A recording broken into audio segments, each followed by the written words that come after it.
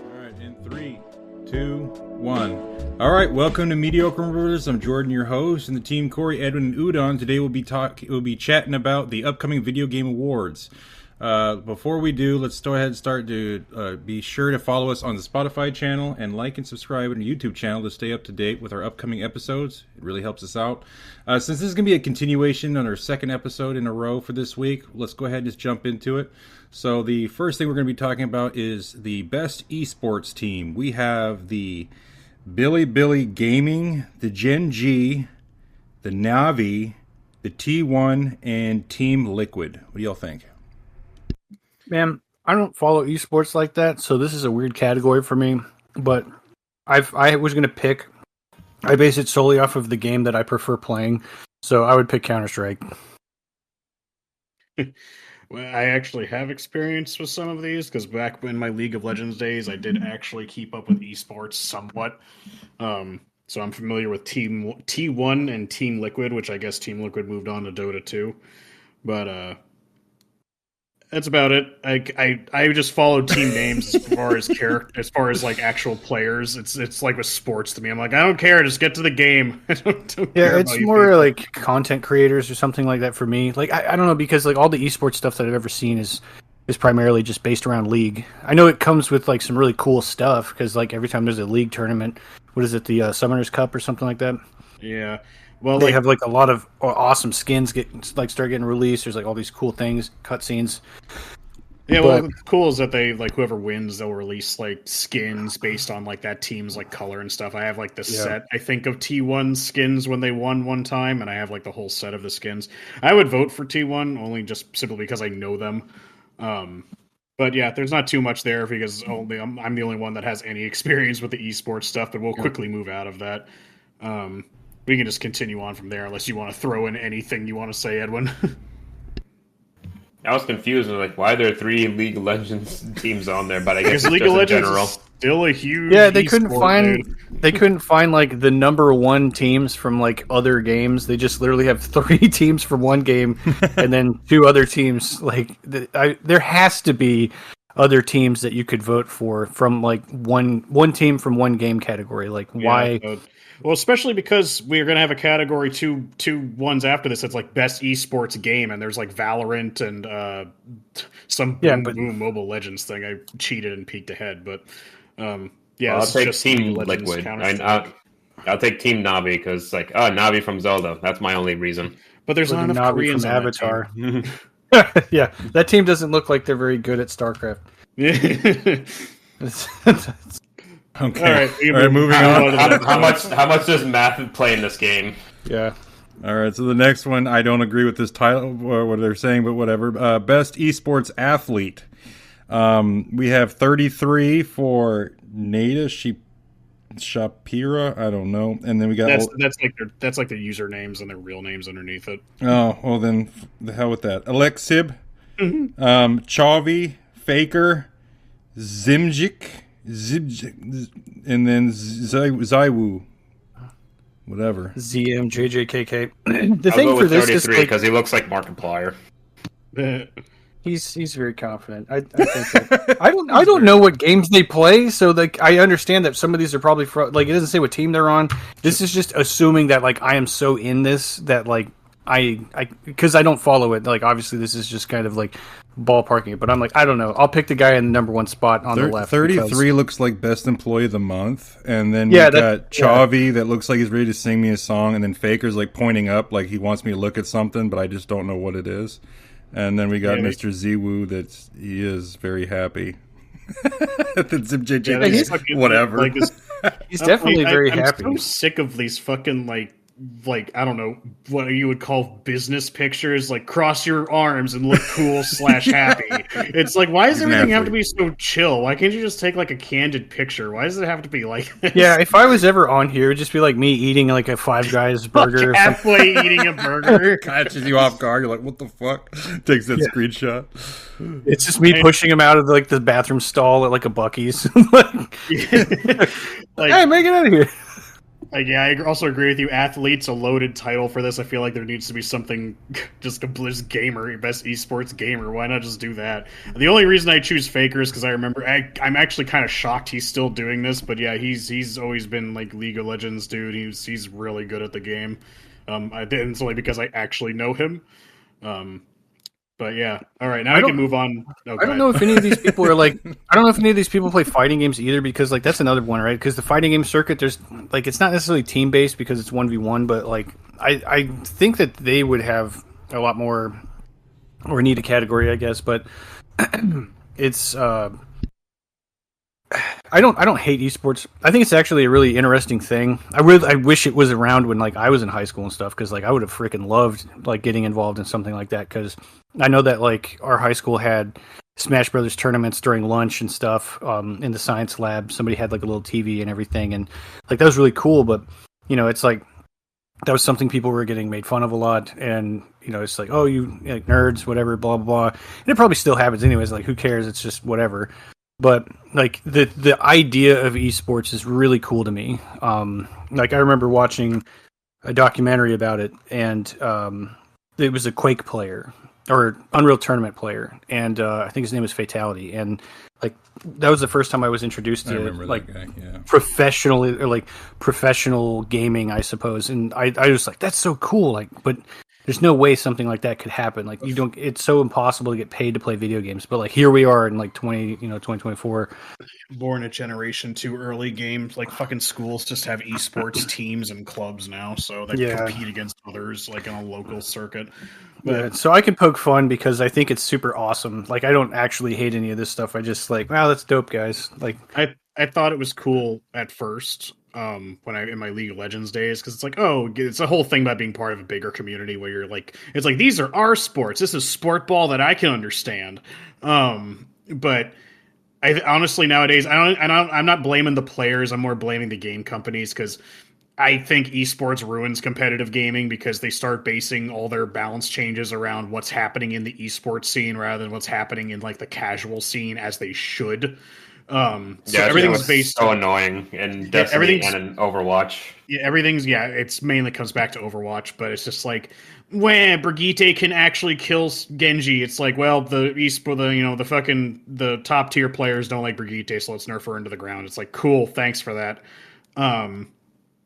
But I think it's neat on surface level. I just wish it didn't have any effect on like the games that they're being based off of, because it's weird, right? Because when you think about it in real sports terms, it's like, I can play football however I want. Like how professionals play football has no bearing on how I play football, you know? But where like this actually does affect the game I'm playing is when the people making the game are suddenly basing it around these people's opinion, which, don't get me wrong, I think at a certain level, yes, these people know the game more intimately than your casual person, so listening to feedback from them should have some kind of effect in how you like approach those situations. But also, remember, there's a lot of dumb people who play your game, me included, that don't want to sweat out their asses like these people do. Like, these people obviously do for their jobs. I don't mean that to be a derogatory statement, but these people are clearly very good at games. But please balance shit around the people, 99% of us who are playing the game and that aren't getting paid to do it. And I'm just trying to relax after a day at work or something. So yeah, esports can bite my ass overall. Same. Everything you said is true. Moving on. Now we can get into actual games. Okay. All right. So our next one is going to be best esports games for the game that has delivered the best overall esports experience to players, inclusive of tournaments, community support, and content updates, irrespective of genre or platform. You got Counter-Strike 2, Dota 2, League of Legends, Mobile Legends Bang Bang, and Valorant. I would give it to League of Legends. I mean, it's the longest running thing here, right? Outside of Counter-Strike 2 is the newer one, but like League of Legends community is just so monstrous, and they've been doing the Summoners Cup for so damn long, being giant events before we even started doing like this type of shit. as I say, all right, everyone ignore Bang Bang since we have no idea what that is, and no one else does for that matter. It's a phone MOBA. I was looking at pictures of it. It looks good. Neat, but I just can't. Yeah, I've already bought like 19 skins. No, it's I've never even seen an ad for it. I've seen ads for Raid Shadow Legends like way more than anything else, but I've never heard of this fucking game. Right? But yeah, I used to be as evidence, as I just said before, I used to be involved in the League of Legends esports scene, and unlike a lot of other esports, namely Overwatch, like League of Legends is like actually watchable because of the overhead camera. The action isn't as fast. You might lose something in like a really heated like team on team encounter, but then like most other actual sports games, they'll like go back and do it in slow mo, and like the casters are usually really good in pointing out like what exactly happened in what order, so it's like really watchable. I would assume Dota 2 shares a lot of the strengths that League of Legends has in that aspect since they're both MOBAs. Counter-Strike and Valorant, because of how their Twitch, reflex gameplay and like the time to kill is like nothing. It's like half a second. I would assume you could keep up with it because there's not a whole lot of flashy stuff, because I know Valorant has like hero abilities and stuff, but from what I've seen of it, they're not like super grandiose like Overwatch is, so you don't like lose anything in the combat really. So obviously I would vote for League of Legends because I could probably go back to watch it now and still have a decent time and still understand what was happening with it. So same here. Yeah, I'd say League of Legends as well, because Counter-Strike 2 is Call of Duty, and Valorant, I've seen videos of people playing Valorant, and it's just Call of Duty mixed with Overwatch, but it's just like in those gameplays that I've seen, I honestly can't tell if it's like just good players or just really good players, because everyone dies in like 2 or 3 bullets, which is even faster than Call of Duty. So it's just like that's probably wouldn't be very entertaining because not a lot happens because everyone dies too quickly. So League of Legends, because it has like, I'd pick League of Legends because it has like so many characters, and so it'd be a lot more interesting to watch. Yeah, I mean, first-person shooters for me in general, like, yeah, the esports thing is neat, but I'd rather watch just like clips of like content creators that are really good at the game, like, because that's just more fun for me to watch. Like, I don't care that if they're doing an actual tournament, but just watching somebody on a tear online on like a team deathmatches is fucking cool.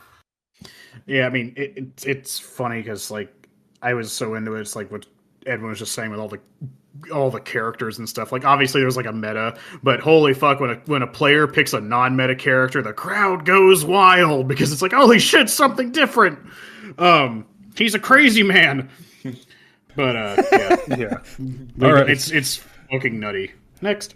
All right, so the next one we got here is Content Creator of the Year for a streamer or content creator who has made an important or a positive impact on the community in 2024.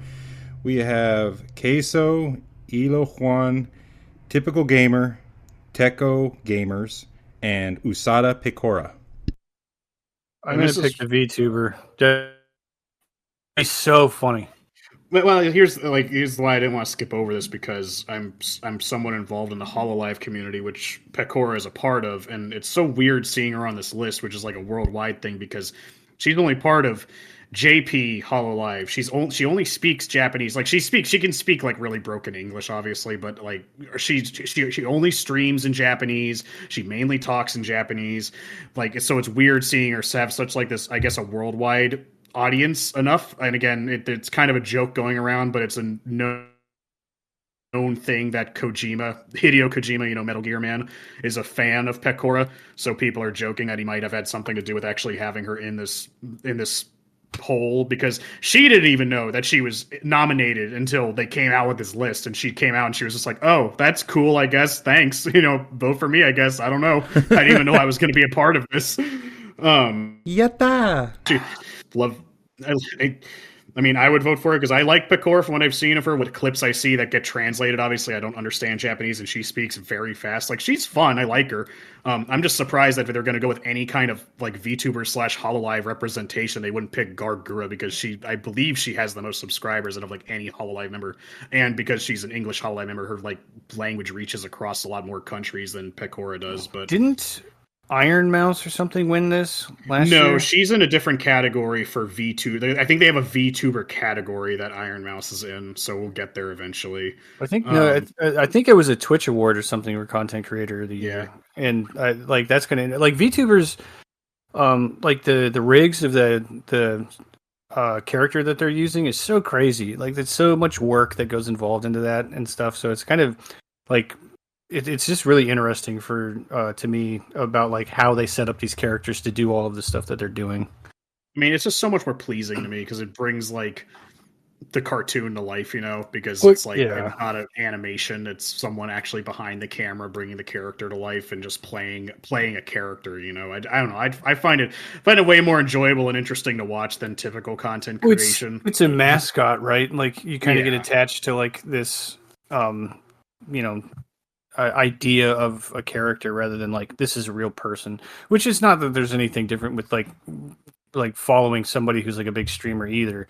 It's just the VTuber thing is like relatively newish and blowing up in popularity because when it first started it was kind of like, oh, what's this? And they've taken over. If you look at like revenue, like all the top streamers are like all VTubers, like nearly all of them. It is just because have you seen the rest? Well, true, but I mean, I'm just saying, like VTubers have we were just talking about it, like what was it, the Dodgers or whatever, some baseball team based in California. They had Gargura, Suisei, and Pecora, I believe, all saying fucking "Take me out to the ball game." Like in an official MLB fucking game, they brought in anime girls to sing "Take me out to the ball game," which then the team ended up winning, like coming back from behind, which is just nutty. The amount of red tape that has to go through. They're all VTubers. It's so crazy. Also, I want to give a shout out to Queso for being in front of a Waffle House. He's so funny. No offense to the guy, but just like out of all these pictures, we have these three who clearly, like the other three that have posed for it. Pecora, who just has her model there, but then Queso, who just going out of 3 a.m. Waffle House. It's like respect. 3 a.m. Waffle House is nothing to play with, man. It's clearly at night. The sky's black. Okay, that's funny though. I'm just very surprised that IShowSpeed is not on here, but I guess most of the content I've seen of him is just him being trolled by the internet all the time. So I guess that doesn't count as important or positive impact to the community. All right, so we got our next one is most anticipated game, recognizing an announced game that has demonstrated illustrated potential to push the gaming medium forward. You have Death Stranding 2 on the beach, Ghost of Yotei, Grand Theft Auto 6, Metroid Prime 4 Beyond, and Monster Hunter Wilds. I'm gonna be real with you, Chief. Never even knew Death Stranding 2 was a thing. This was when I learned about it just first looking at this. I'm like, I didn't even know they were gonna make another one. Yeah, I thought that was so bad. I saw the trailer and stuff. It's okay, but like, to be fair, Ghost of Yotei, the game's cool. I don't think it's going to win most anticipated. Oh, no. That's going to go to either Grand Theft Auto or Metroid Prime 4. No, Prime 4 is my most anticipated for sure. Here's the thing. I don't think Metroid Prime 4 has a chance in hell. It's between Grand Theft Auto and Monster Hunter. And I think Grand Theft Auto is still going to win just because it's Grand Theft Auto. But Grand Theft Auto doesn't have a release date. Monster Hunter, we know when it comes out. So, like... Can it really be that anticipated when it comes out in like 3 months? We just saw the beta numbers, my guy. Well, I know that. I'm just saying, like, it's going to be here in like 3 months, kind of thing. But like, Grand Theft Auto 6 still has no release date. Yeah, and it's like that. Well, I mean, that to me is like more anticipatory because it's like I'm waiting for them to tell me when I'm going to get this fucking game. But personally, Metroid Prime 4 Beyond is for me because that's of the games on this list. It's like, oh shit, we're gonna get another Prime game. Like, I can wait on any of these other ones. Like, I haven't played Grand Theft Auto in a while outside of like playing a friend's copy or whatever because they're fucking around on it. But Monster Hunter, I'm not really married to the franchise. And Death Stranding, that game was so boring to me. It looked awesome, like graphics it's the beach amazing. Episode of the series. It's the beach episode. To be fair, when Jordan was pronouncing it on the breach, I was like, that's a better title, I think. But like the graphics, and it's a technological like masterpiece, right? But like It's just so fucking weird. It's so weird. It's not Metal Gear. It's so fucking weird. And I hated carrying boxes and dropping them all over the place. I just hated it. The future of UPS. Fetch quests. Yeah, the Krusty Krab Pizza Simulator. I don't want to play that. I think Grand Theft Auto is going to win it, but I'm going to pick Metroid. Yeah, if I'm being realistic, Grand Theft Auto will win it. My choice would be Monster Hunter, only because out of everything here, that's probably going to be the one I play the earliest and most. And quite frankly, not even because I'm like that hyped over it. It's because I know all my friends are going to buy it, so I'm probably going to buy it at the same time because we're all going to play Monster Hunter. I'm trying to play the first Metroid Prime, and I do think it's good. I'm just not crazy about Metroidvania games, even though Metroid Prime 4 does look good based on that trailer, and I probably will buy it at some point. I'm just probably not going to jump on it. Kind of same thing with GTA. I'm probably going to buy it at some point, but it'll probably just be a little bit afterwards. I still got to beat Ghost of Tsushima, and I'm liking it so far, so if Yote keeps it up, then I'm totally on board with it, but it'll just be like when I get around to it sort of thing. I'm on the same with the Grand Theft Auto 6 and the Monster Hunter Wilds. I know that those are both big worldwide. The others obviously are made. Metroid Prime has got something for it. Ghost of Yote, I'm just heavily into the Ghost of Tsushima thing, so I would want that to win, but it's just not going to happen. I think it is going to be Grand Theft Auto 6 that takes it, or Monster Hunter Wilds. I think it's. You go, Edwin. Yeah, I was going to say Metroid Prime 4, and I guess Grand Theft Auto 6 as well, but it's like Death Stranding 2, that shit got so much hate, though it's like a lot of people probably not. Who the fuck is anticipating that? Yeah, I know, but it's like also it's like Ghost of Yote was like, I don't know if that was anticipated because no one actually expected a sequel to Ghost of Tsushima. Yeah, the trailer came out like a month ago or whatever. Yeah, it's like, oh, we're getting another one. But, but Monster Hunter Wilds is like. It comes out almost as often as Call of Duty, but it's just like, so you just like kind of expect it for another one to come out, so it's like you don't really have to like anticipate it. Well, I mean, it depends. People want it to come out though, even if it's common. People. Oh yeah. It's about who wants Monster Hunter it, exploded in popularity thanks to World. I know, but when I think of anticipate, it's just like the hope is like I think of like the hope that another one would come out, which is why I think Metroid Prime 4. Because people have been waiting that forever. Didn't Elden Ring win most anticipated 2 years in a row? Probably. I think so. Yeah. But I mean, Metroid Prime 4, I think, ultimately is still like a niche audience compared to GTA or even compared to Monster Hunter. Like, I simply don't think as many people care about Prime as they do Monster Hunter or GTA. Yeah. I really want Prime to do very well because, like, to see them, like, revive an IP like this is just so awesome to me.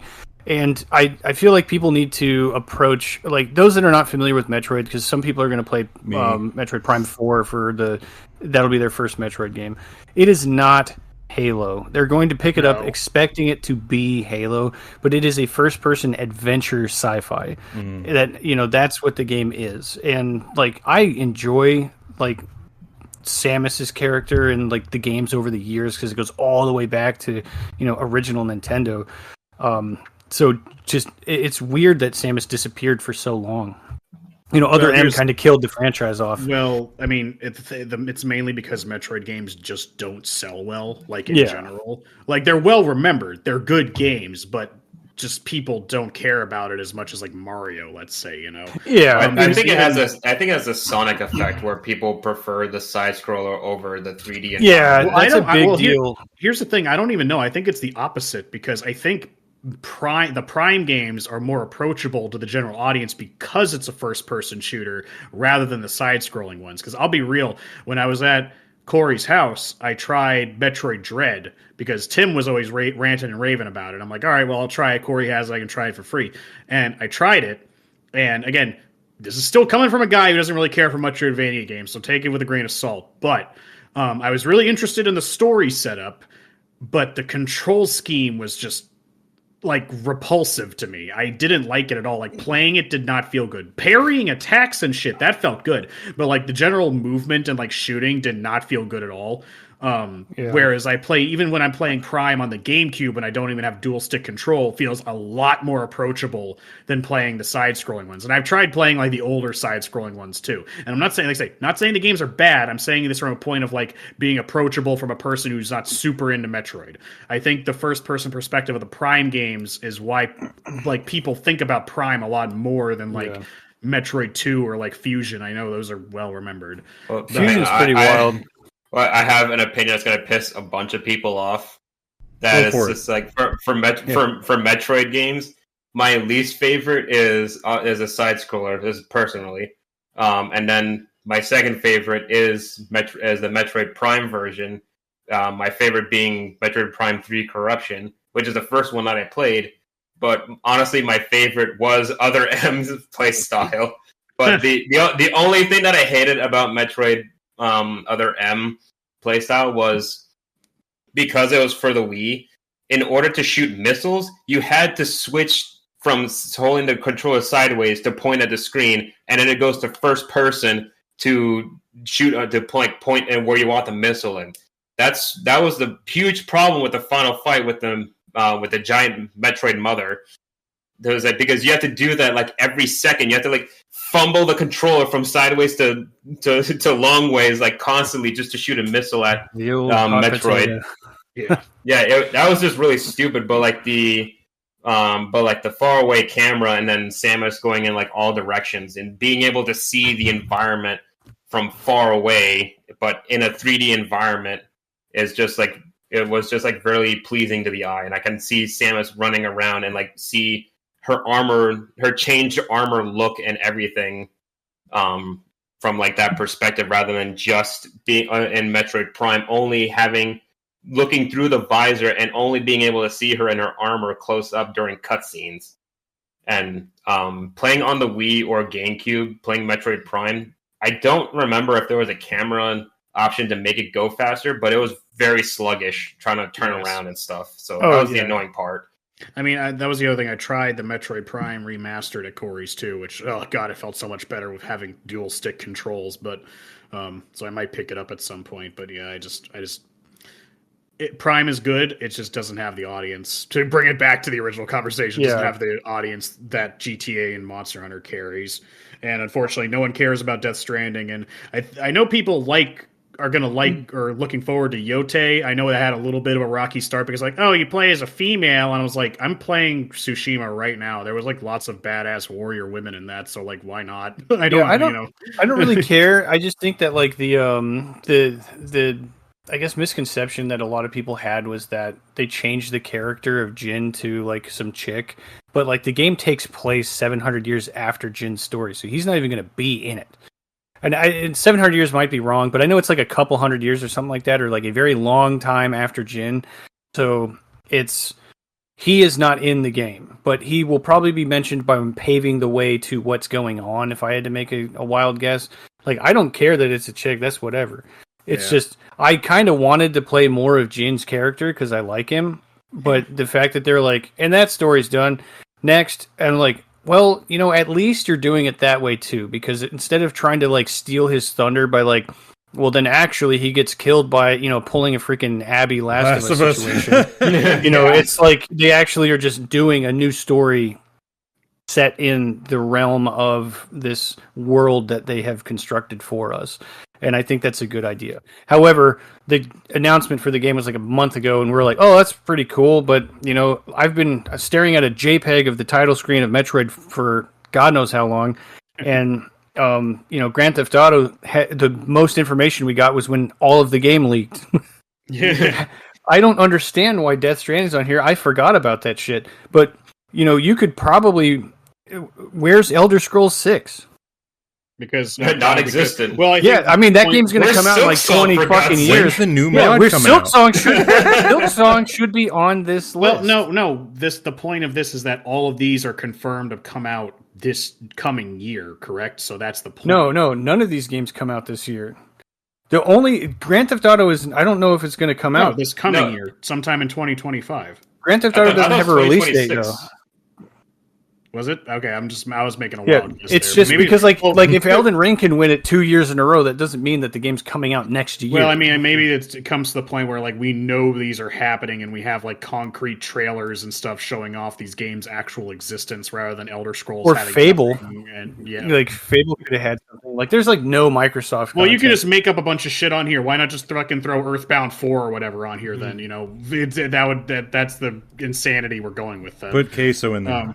Yeah, just put him in there. In front of a Chili's this time. Yeah, he's in front of a different restaurant. Fucking picture. All right, so the next one. So the next one is best adaptation, recognizing outstanding creative work that faithfully and authentically adapts a video game to another entertainment medium. You have Arcane, Fallout, Knuckles, Like a Dragon, Yakuza, and Tomb Raider: The Legend of Lara Croft. I completely forgot there was a Knuckles series on Netflix. Paramount? I forgot to watch Paramount. that. Oh, First of all, didn't know Like a Dragon had an adaptation. It's on Amazon. I really want to see it. I love them. It's on Amazon. I just actually saw it because I was watching Vox Machina, and I was like, "Oh shit, they got Like a Dragon on here!" And it's got like I think it's an 8-episode season or something like that. So I wanted to give it a try. As the game? I haven't watched it yet, but it looks. I mean, I hope so. I hope it. I hope it's fucking wild like that. The Tomb Raider anime, like whatever.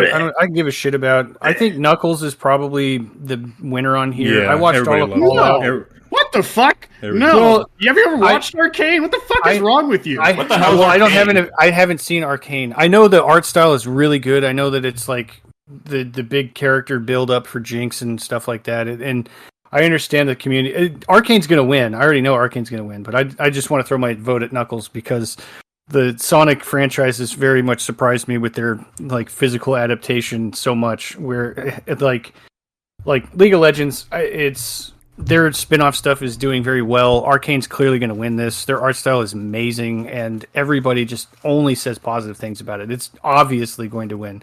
I just want to say Knuckles because it's funny. I'll say Knuckles because it's the only thing I care about on here. Arcane is amazing, fucking storyline, art style, but it's just like just a good show because the writers gave a shit. And I've heard good things about season 2, even though I haven't gotten around to it yet. Well, I've heard negative things about Knuckles. I mean, I like the Sonic movies and I like him in it, but I've heard negative things about this streaming adaptation. Fallout and Tomb Raider can bite my ass, pieces of fucking trash that should never been made. I can't say anything about Like a Dragon. I would hope it's nice, but I can't say anything about it. I've heard nothing about it. I didn't even know it was a thing. I just hope that's like as funny as like the games are wacky. All I would say is if for me, you play the. Well, you go. I was just gonna say like real quick. I was just gonna say like at first I was in my head I was thinking Knuckles would win just because everybody around I know talks about Sonic, but at the same time again I got to think about who are the people that are going to be voting on this are going to be particular to games in general, and possibly it would be the Arcane if it is. I don't know anything about it, but doesn't mean I don't know anything. Like it doesn't mean it's not important. It probably is a very important series, so they could definitely win. I forgot about the whole idea. Like everybody knows Sonic, even my kids knows what Sonic is. But then again, my kids are not voting. This is not my kids doing this. This is actual gamers out there that are heavily involved in this community, and if they're crazy about the Arcane series in this whole best adaptation feature, then there's definitely a good chance that they're gonna hold it than the others that are here on this list. Unfortunately, though, I hate to admit it because it got so much positive buzz when it came out. I have no idea why, and it only reinforces my opinion that I think the general audience has absolutely no taste in media. But Fallout, unironically, does have a chance to win this because of how terrible people like their shitty fucking shows and they don't even know it. Well, I mean, I think out of all the live action adaptations, I think Fallout was considered the best one out of all of them. Yeah, I think the shiniest bird of the bunch. Like the set dressing and stuff is pretty good. The reason why I think Fallout would win is because they're like clout chasing for the actual actors on screen, since it's like I have their physical life. it's just the fucking story's terrible. It's it is kind of strange. But yeah, I mean, I could see him picking it because it's like the only outside of like Yakuza Like a Dragon, which that could come out of nowhere and surprise us because I haven't even seen it, so I don't know. I didn't even know it came out until I saw like the trailer pop up when I was on Prime. So that could be like a banger ass show, and we're just all sleeping on it. I know it's not technically a video game. I mean, it's had video games, but it's an anime first. I would actually kind of, just to see how it would stack up, I would like to see, like, if you just slap the One Piece show on here, how that would fare against everything else.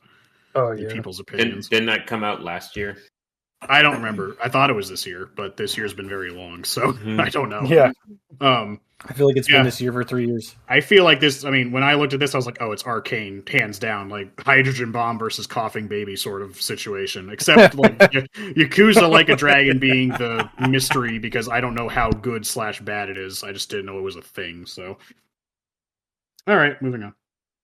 All right, so then we got our next one is Best Multiplayer. For outstanding online multiplayer gameplay and design, including co-op and massively multiplayer experiences, irrespective of game genre of platform, we have Call of Duty Black Ops 6, Helldivers 2, Super Mario Party Jamboree, Tekken 8, Warhammer 40,000, Space Marine 2. Can we just appreciate this screen that like, Super Mario Jamboree is just surrounded by death? One of these things is not like the other on this one for sure, too. Holy shit. All right, my vote's for Space Marine, but honestly, I think Helldivers is going to win this by a long shot. We talked so much about fucking Helldivers on our podcast in the beginning. I'm going to give my vote to Helldivers, too, and I'm also going to hope that they actually win it because holy shit. It is. That game has turned it around so hard from like their first version of it. Call of Duty's crazy, but I think Helldivers just was such a huge point of like earlier this year that like it has to. Well, it was just crazy how it came out, and it was just right off the bat, like we were talking about before, cheap prices. It was easy to purchase. It was a lot of fun. It was really crazy, and how intense the gameplay could get as harder you went in the difficulty.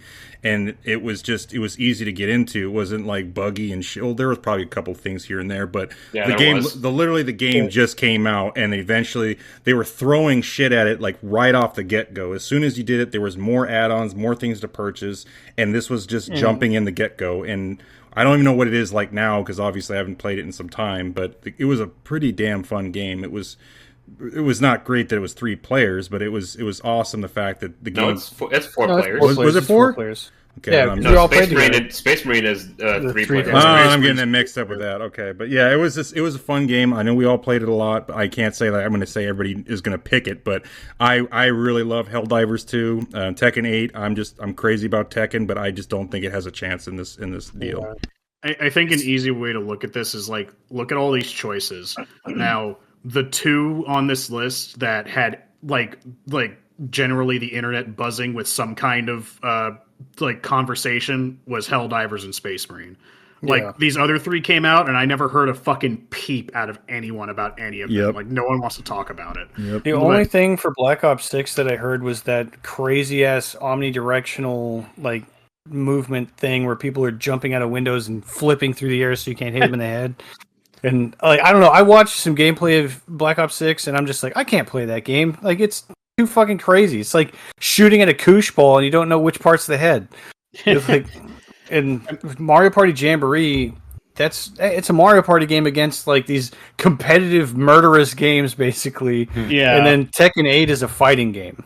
Yeah, no one's like again, it doesn't mean these games are bad. It's just like I don't feel like they hold a can because Helldivers came out and it was so different. Like the gameplay was so different, and it kind of introduced. It took a little bit of Dark Souls and like this is hard, and people like difficulty because it introduced like game mechanics of like how not really realistic, but how like unforgiving like movement is and like friendly fire and the stratagems of you having to memorize these codes and put them in and like.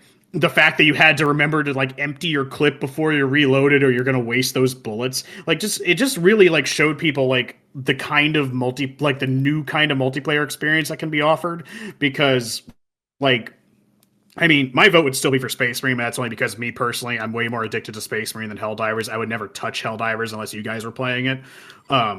But Helldivers just had so much conversation about it for so long. Yeah, it was $30. Major topic. Yeah, it was $30, and it was cheap. I know recently it's been a bit rocky. I guess some of their updates haven't been the most favored of the community, but the point is that it like shook multiplayer to like PvE multiplayer to its core, and like really showed other companies like this is the kind of stuff we want, this kind of gameplay, this kind of nonsense. You know, wasn't there a game that it just kind of drowned out? It was like a big game that came out, and Helldivers just fucking absolutely pushed all of the like. I don't know, but I kind of feel like there was. I kind of do think that there was something like out there. There was two things, I think, and I think Helldivers stole all the thunder from whatever came out that time. And I don't know if it wasn't Forspoken because that was like way before. I think it was something else that was kind of similar to like some sort of random IP that was dropping, and then Helldivers just killed everything around it. So Helldivers comes out with like this new ideas and this new gameplay, and then that kind of died down.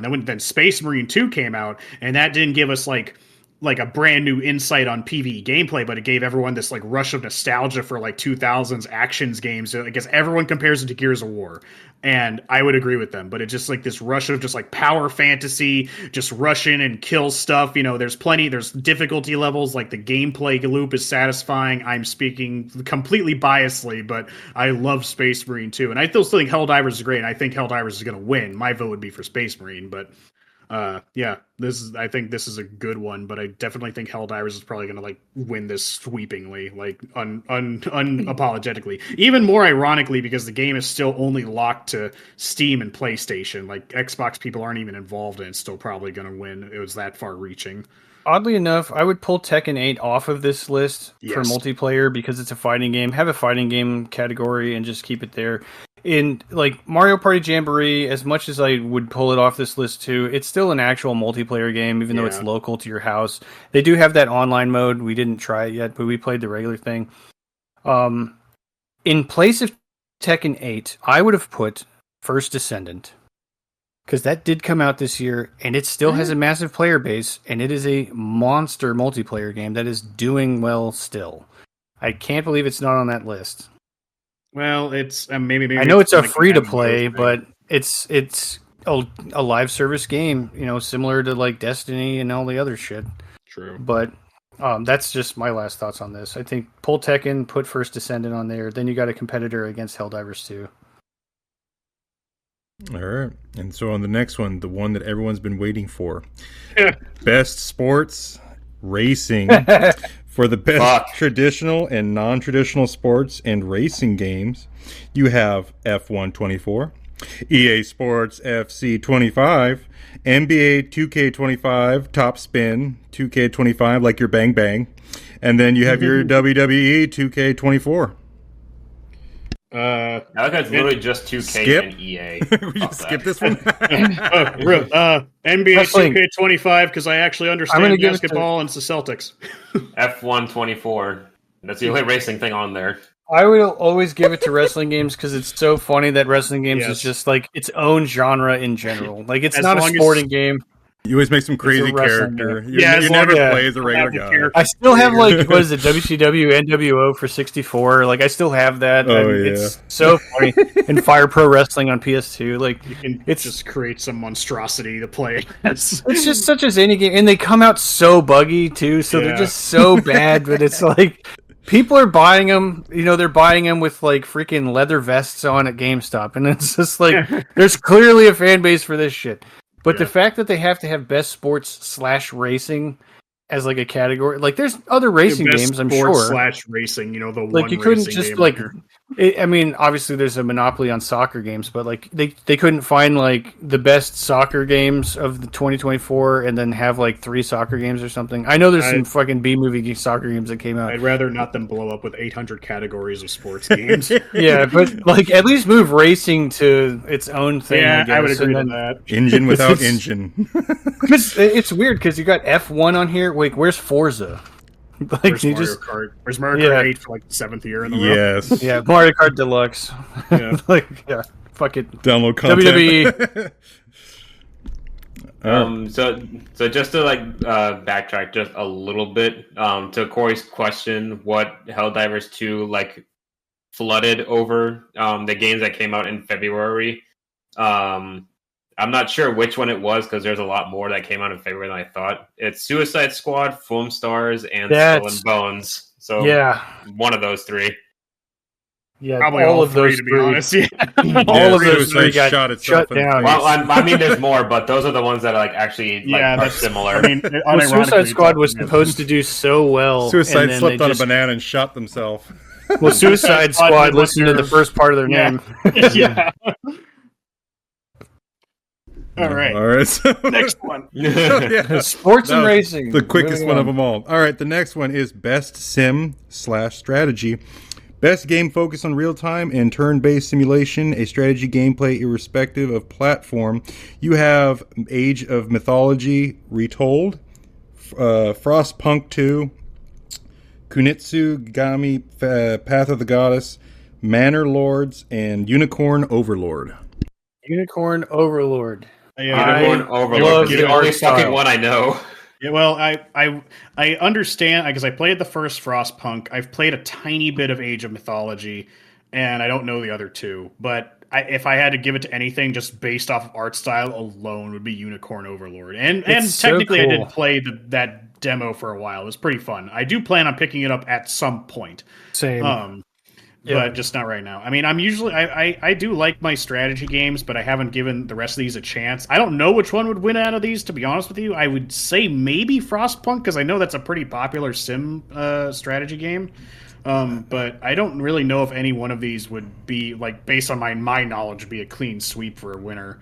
But I would vote for Unicorn Overlord. How does the Unicorn Overlord gameplay play like? Is it like Disgaea? Combination of it's kind of like that. I would say it's a combination of Disgaea / Fire Emblem, I guess, and army strategy building because there's a lot to the game. To be honest, you don't move characters like you do in Disgaea, where it's kind of like real time. Yeah, you basically set paths for them to travel on, and they encounter enemies. I guess the only fun. The only game that I can think of is how Kasen works, I guess, where you have units moving towards locations. When they meet other units, they go into combat. Okay. But the art style is just so fucking cool, and the story is really dope. Yeah, the story is really good, and the art style is by really Atlas, cool. So those are always good. Yeah, Atlas, they do be doing some bangers. They got some waifus. Big bonus points. Yeah. Atlas doesn't miss that often. Edwin, you got anything? Yeah, I would agree. Frostpunk, though, is a big franchise. No, I said Unicorn Overlord because it's the only one I know on the list. All righty.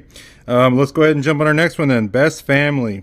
For the best game appropriate for family play, irrespective of genre or platform, you have Astrobot, Princess Peach Showtime, Super Mario Party Jamboree Again, The Legend of Zelda Echoes of Wisdom, and The Plucky Squire. We appreciate that 3 of these are Nintendo games. Yeah. And why are half of them single player? To be fair, The Plucky Squire is a really neat looking game. I've watched the when the announcement trailer happened. I haven't picked it up yet. It's definitely something I want to play. Because I really like how that game operates, where you're 2D on the book and then you jump out and you're in real world and stuff like that. For this, I didn't really know how to lean. I actually asked my wife, and she picked, oddly enough, Princess Peach, because that's the game she 100%ed. And it's the most, non-violent, I guess, because everything is a stage show type thing. So it's very approachable, family-friendly, any age could play it. Type of thing. I would actually throw my lot in with Jamboree, to be honest with you, because we played a game of it at your place, and out of a lot of Mario parties, this one is the most RNG heavy if you play on basic rule sets. So I feel like this can actually put a whole family of people in the same boat, on the even playing field, with just the amount of randomness that happens.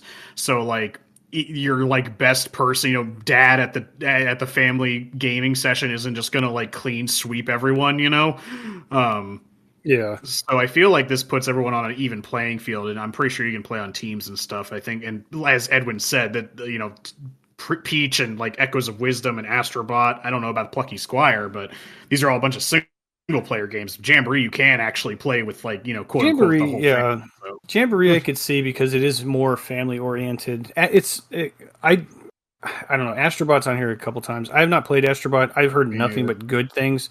But it's weird to me because everything I see is like basically a like Sony like jerk off contest of like all their properties. Yeah, that's what bothered me about it because that's the only the why PlayStation section can like actually knows what that game is. Yeah, I mean like anybody could play it and enjoy the game as it is, but like it's literally just like a product placement game to me. Like it probably has great mechanics, and I know that it sparked people going, I wonder if Nintendo is going to sue them because they're using like all these mechanics from all of the Mario games, but like it's like one, I don't care if they sue or not. It's whatever. I think they made a banger platformer off of their mascot that was originally for the Move. And look at all their properties you'll never see again.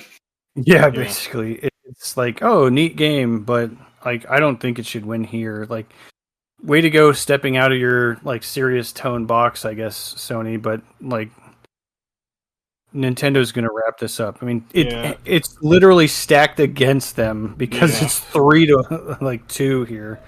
Yeah, I mean, I don't know about a clean sweep, but like I just say Jamboree. I don't know if any one of these has like, at least out of the Nintendo, has like a surefire victor. I've seen a lot of the three of the middle ones, and I think Peach is really good. So, like, after watching like Angie play through like the whole thing, like its graphics are great. It seems like it has really fun play. Overall, like the Peach game is also really good. But like Nintendo is like so hyper focused on that game loop anyway. So like, of course, it's going to be pretty solid. Yeah, I think that if we were going to say the best family deal, because most of these are all single players, so I would definitely say that if they go under that idea that, if we're talking about who we play with as a family, multiple people on one go, then you'd probably say Super Mario Party Jamboree. If it's the other way around, and it's just the involvement of being a family-friendly game, I would just go with The Legend of Zelda Echoes of Wisdom for the main idea that it does have a huge following. You know, Legend of Zelda has a bunch of people that have always been heavy into Zelda, and for my old man that is person that does not like playing video games to all of a sudden is just talking crazy about all these Zelda games and is very heavily involved in this Legend of Zelda Echoes of Wisdom. I kind of feel like if it can make somebody that's easily able to get frustrated with a game and play this and just talk nothing but good things, it seems to me like it's an easy go-around game for anybody out there that picks it up and does not get flustered or mad about it. They can just enjoy the whole idea. The game is colorful, the new perspective of being with Zelda, which I know is not the first time you play as her, but a new idea that you're going to be playing in a new futuristic or new console now, new game of the Switch from way back when to now you're playing as Zelda, which is kind of a breath of fresh air to some that wanted to play as her. Now they're actually getting that time and that ability too, and it's more cartoony feel, so it feels more child friendly. That's what I would say with that one. Yeah, I like the art direction of that game. Also, Angie 100% of that game too. Oh, she did finish it. Yeah, I believe so. Or at least last time I checked, she was getting all the stamps. She already beat the game and everything, but she was just going back through to like find all the other secrets. I have not beat that game yet. I beat the first dungeon, so I have some game ahead of me. But it's not that large of a game if I buckle down. But I got so many other things to play. All right, so our next one is Best Fighting. For the best game design, primarily around head-to-head combat, you have Dragon Ball Sparking Zero, you have Grand Blue Fantasy vs. Rising, Marvel vs. Capcom Fighting Collection Arcade Classics, Multiverse, and Tekken 8. Dragon Ball Sparking Zero. Yeah, okay. Well, first of all, I'm like, Multiverses, didn't even realize that was still a thing. Second of all, I guess they added the Powerpuff Girls, which is awesome. Okay, I was wondering what that picture was. Like, why is it Powerpuff Girls in the center of the picture, and Wonder Woman is the only other character on there? That is weird. But does anyone else feel weird that like a collection is on here? Like, does that even count? All these games on this collection released in different years. I don't think. Yeah, it's an anthology of stuff that's come out and already won awards. So, like, why don't you kick rocks for a second? It's I get it, but like you don't need to. It just feels like Capcom was trying to like get something on here. Well, they're not even like remakes; they're just ports of these older games. Like, I just feel weird that that's on here.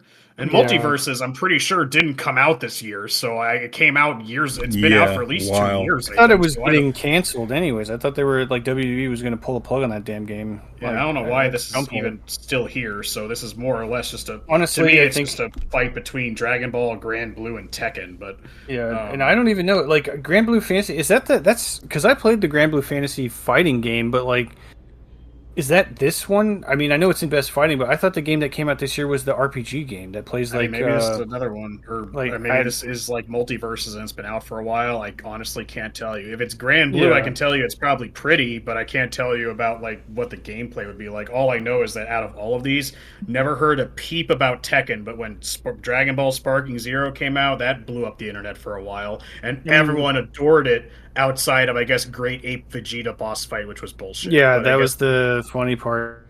Yeah. But everyone said otherwise. All I heard was nothing but good things about it. So I'm pretty sure Sparking Zero is probably going to sweep this. Yeah, Sparking Zero. I love everything I've seen about it so far. Well, I don't know if it plays like the actual side scroller, or it plays like Budokai or whatever. So I just know if Budokai. Oh, okay. Well then, there you go. Yeah, if Dragon Ball wins. Well, there you go, hands down. Moving on.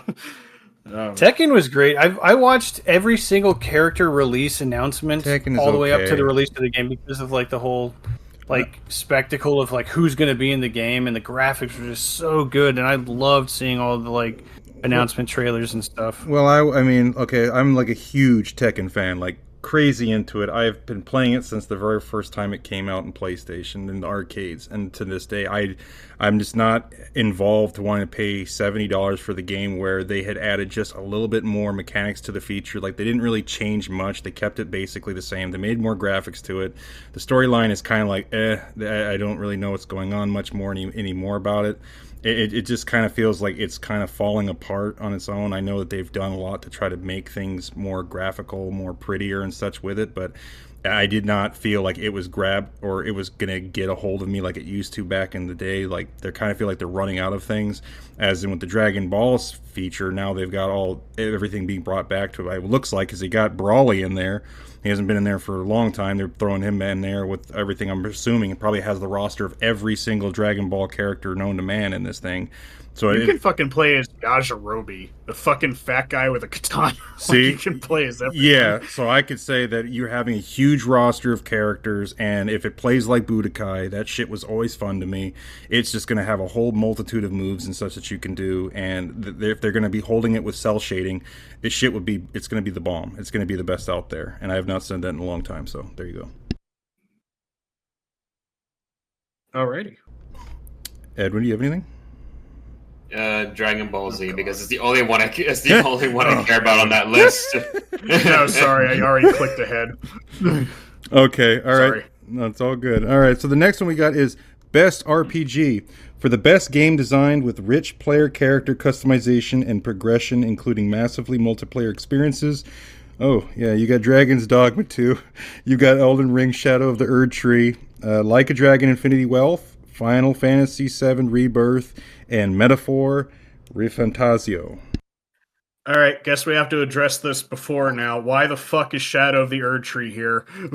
Yeah, I categories for DLC, please. I don't not a game. Literally, they've never done this before, but just so happens this year they're like, we're going to start, doing DLCs because we count those as full games now.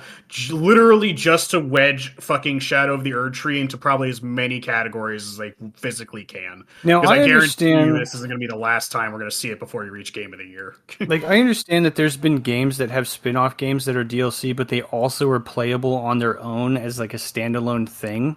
So it's more of like a weird expansion almost, but like I cannot play Shadow of the Erdtree without also owning Elden Ring. And don't get me wrong, I love Elden Ring. I loved Shadow of the Erdtree. I just don't think that it should be in this category because or any like standalone outside of like best DLC of the year kind of thing. Why don't we because just have it should be because there was they had the Final Shape DLC. and Diablo 4 had its DLC. So it's like there's a whole category right there. Vote on those 3. I mean, you want Elden Ring to show its massive cock to everyone. Fucking like just doing the DLC. Like, this is how you do DLC, like this right here, not your bullshit. Yes, I mean it's a very impressive add-on to a game that exists. But like, I just, it's weird that they're going to do that. And I mean, it's weird that they would add it to this list of non-DLC games instead of just making a category for DLC. That's what we're saying. Is that like, if you want to acknowledge DLC, that's fine, but like just make it best DLC of the year. Like, it should just be its own category. And I can see Final Fantasy VII Rebirth. Like, I understand that there should be a remake category because there's plenty of remakes that also came out, because we got Final Fantasy VII, we had Silent Hill 2. And there was another remake, but I can't remember it off the top of my head. I don't remember if it was something that we might have played this year. But anyways, it's in this, like, you could... Where's Dragon Age if it's so popular, right? They could have put Dragon Age on this list. Well, because Dragon Age came out this year, and if they really want to put it up against all these other things, it's one of the best RPGs that was made in 2024. Well, but I think Metaphor is going to pull this. Probably. Well, actually, no, because I think this Elden Ring, Elden Ring is going to be a weird funnel, but like Atlas deserves to take it. Anything that Elden Ring is in, it's going to sweep the category, because FromSoft fans are frothing at the mouth. Unless everyone has integrity and decides not to vote for it, even though they like it. But if it wasn't for Erdtree being on here, I would agree with you, because even though I don't know a lot about Metaphor, if it's even like half of what Persona is, it's fantastic. It's basically Persona Fire Emblem. Not the combat system, but like the premise of like all of the characters kind of thing. And like the bureaucracy of it. It's just, everything I've ever heard about the game is just, they praise the story so hard. And then the UI interaction of like the combat system and stuff is very Persona-esque, but it's done in like a Renaissance painting style instead of like a pop art style. Yeah. So it's just, they know what they're doing. And I'll probably piss off a lot of people, but I don't like Dragon's Dogma. I literally played the first one and thought it was like one of the worst things I ever played. And Dragon's Dogma 2 came out, but the talk for that game came and went so quickly. I just pretty much put it in the category of we have Baldur's Gate 3 at home. Yeah, I totally forgot about that game, honestly.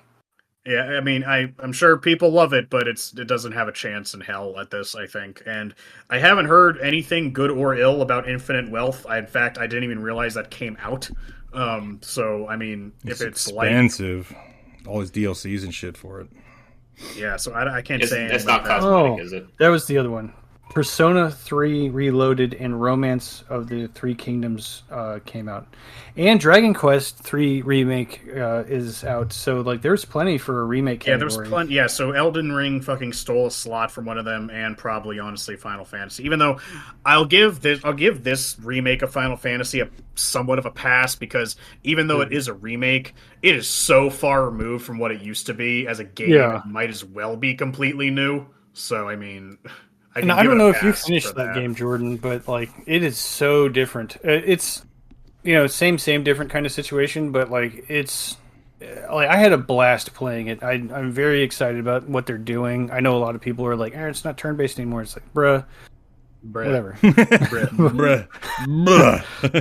Yeah, so I would vote for Metaphor just because I'm an Atlas, not a diehard for fan, sure. But I'm pretty sure. I think it deserves. I love the art. Unfortunately, Elden Ring's probably going to win this, but we'll see. We'll see how many Metaphor and then Like a Dragon as a close second. I'm sorry, I clicked ahead again. All right, so we'll go ahead and jump on the next one here. Best Action Adventure. For the Best Action Adventure game, combining combat with traversal and puzzle solving, we got Astrobot, Prince of Persia: The Lost Crown, Silent Hill 2, Star Wars Outlaws, and The Legend of Zelda: Echoes of Wisdom. Fucking Outlaws. Edwin, you go first. Yeah. Well, I mean, it's really just between Silent Hill 2 and Echoes of Wisdom. Silent Hill on here. There has to be a horror category. There's no fucking way that there is not a horror category. It's Astrobot. I mean, this is it's no, there isn't. Apparently, there's not. In fact, there's best action game and then best action adventure game. What the fuck? Well, the thing that's very weird to me is that not only is there not a horror like thing, but like when we were talking about Silent Hill 2 in our playthrough, we were talking about how fun the combat is, even though it's a horror game. So it's like, oh shit.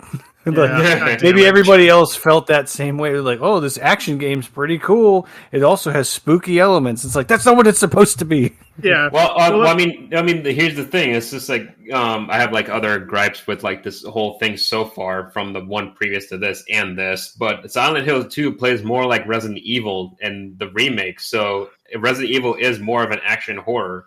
So I mean, I feel like it does fit on here, but my gripe is the fact that I was like, it's a remake. Why is it on here? Like, I feel like it's the remake category.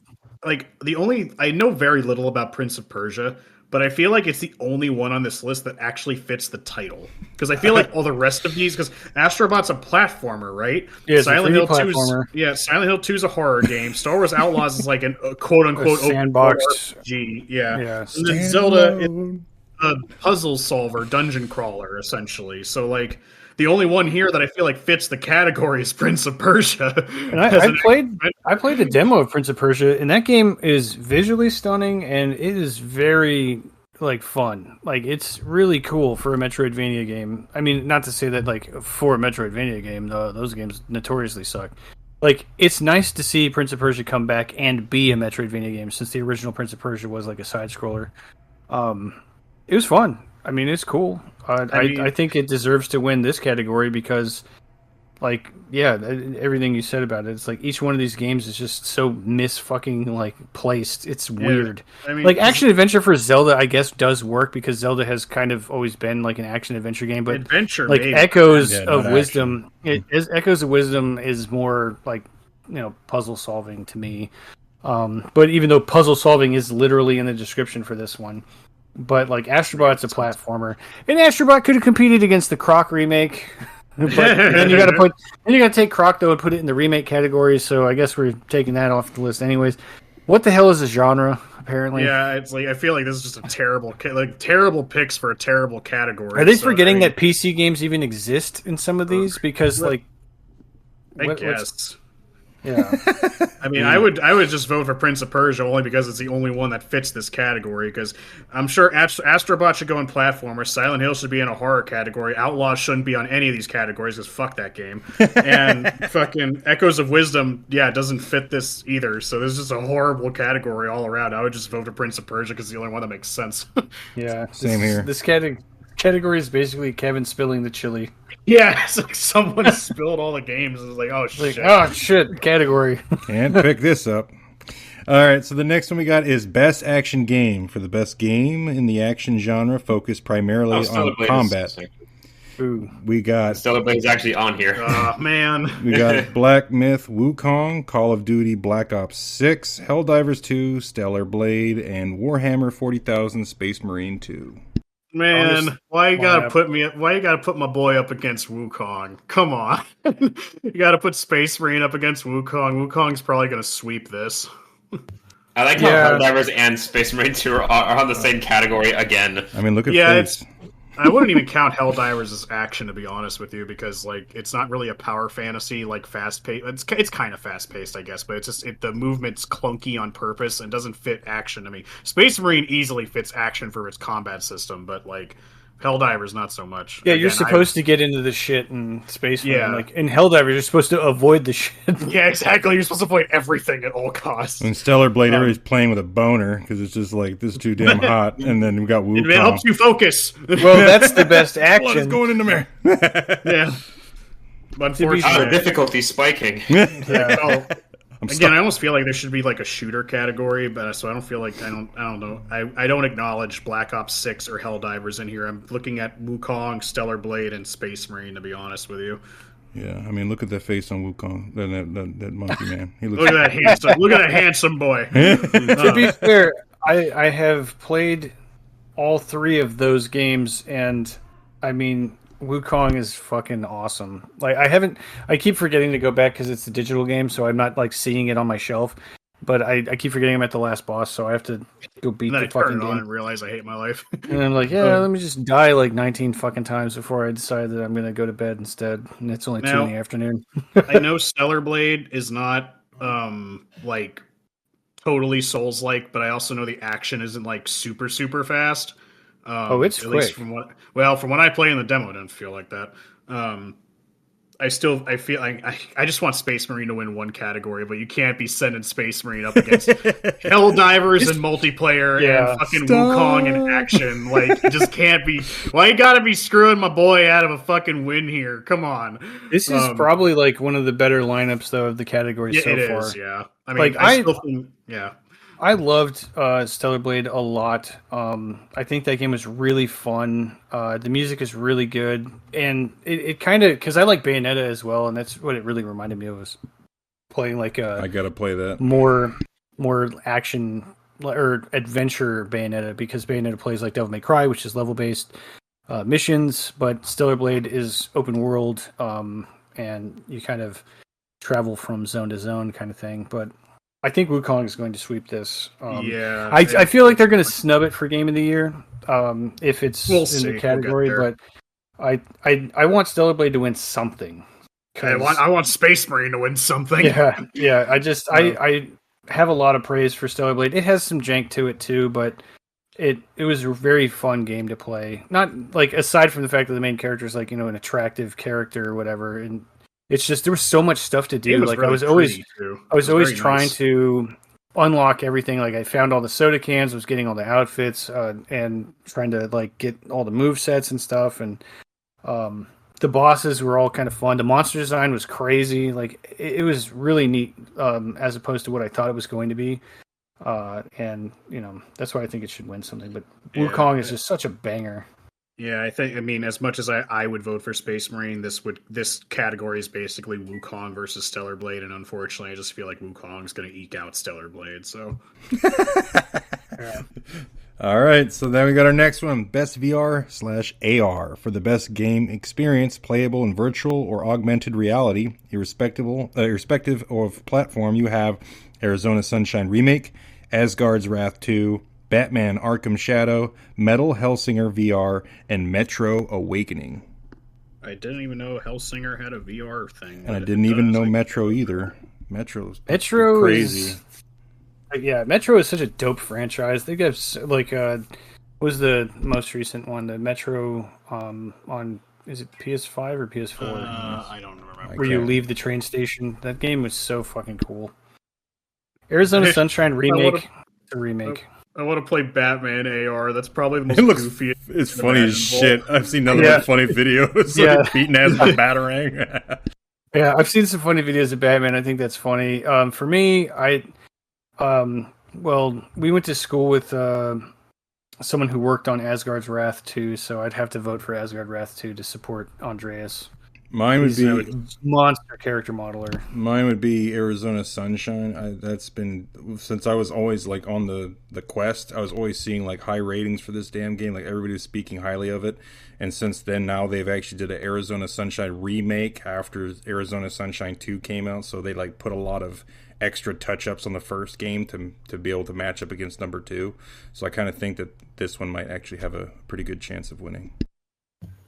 I have been living under a rock because I've never heard of any of these games. I mean, I haven't either. I'm just taking this off of face value because I don't participate in VR a whole lot, but I just think Batman's funny, so I'd vote for Batman.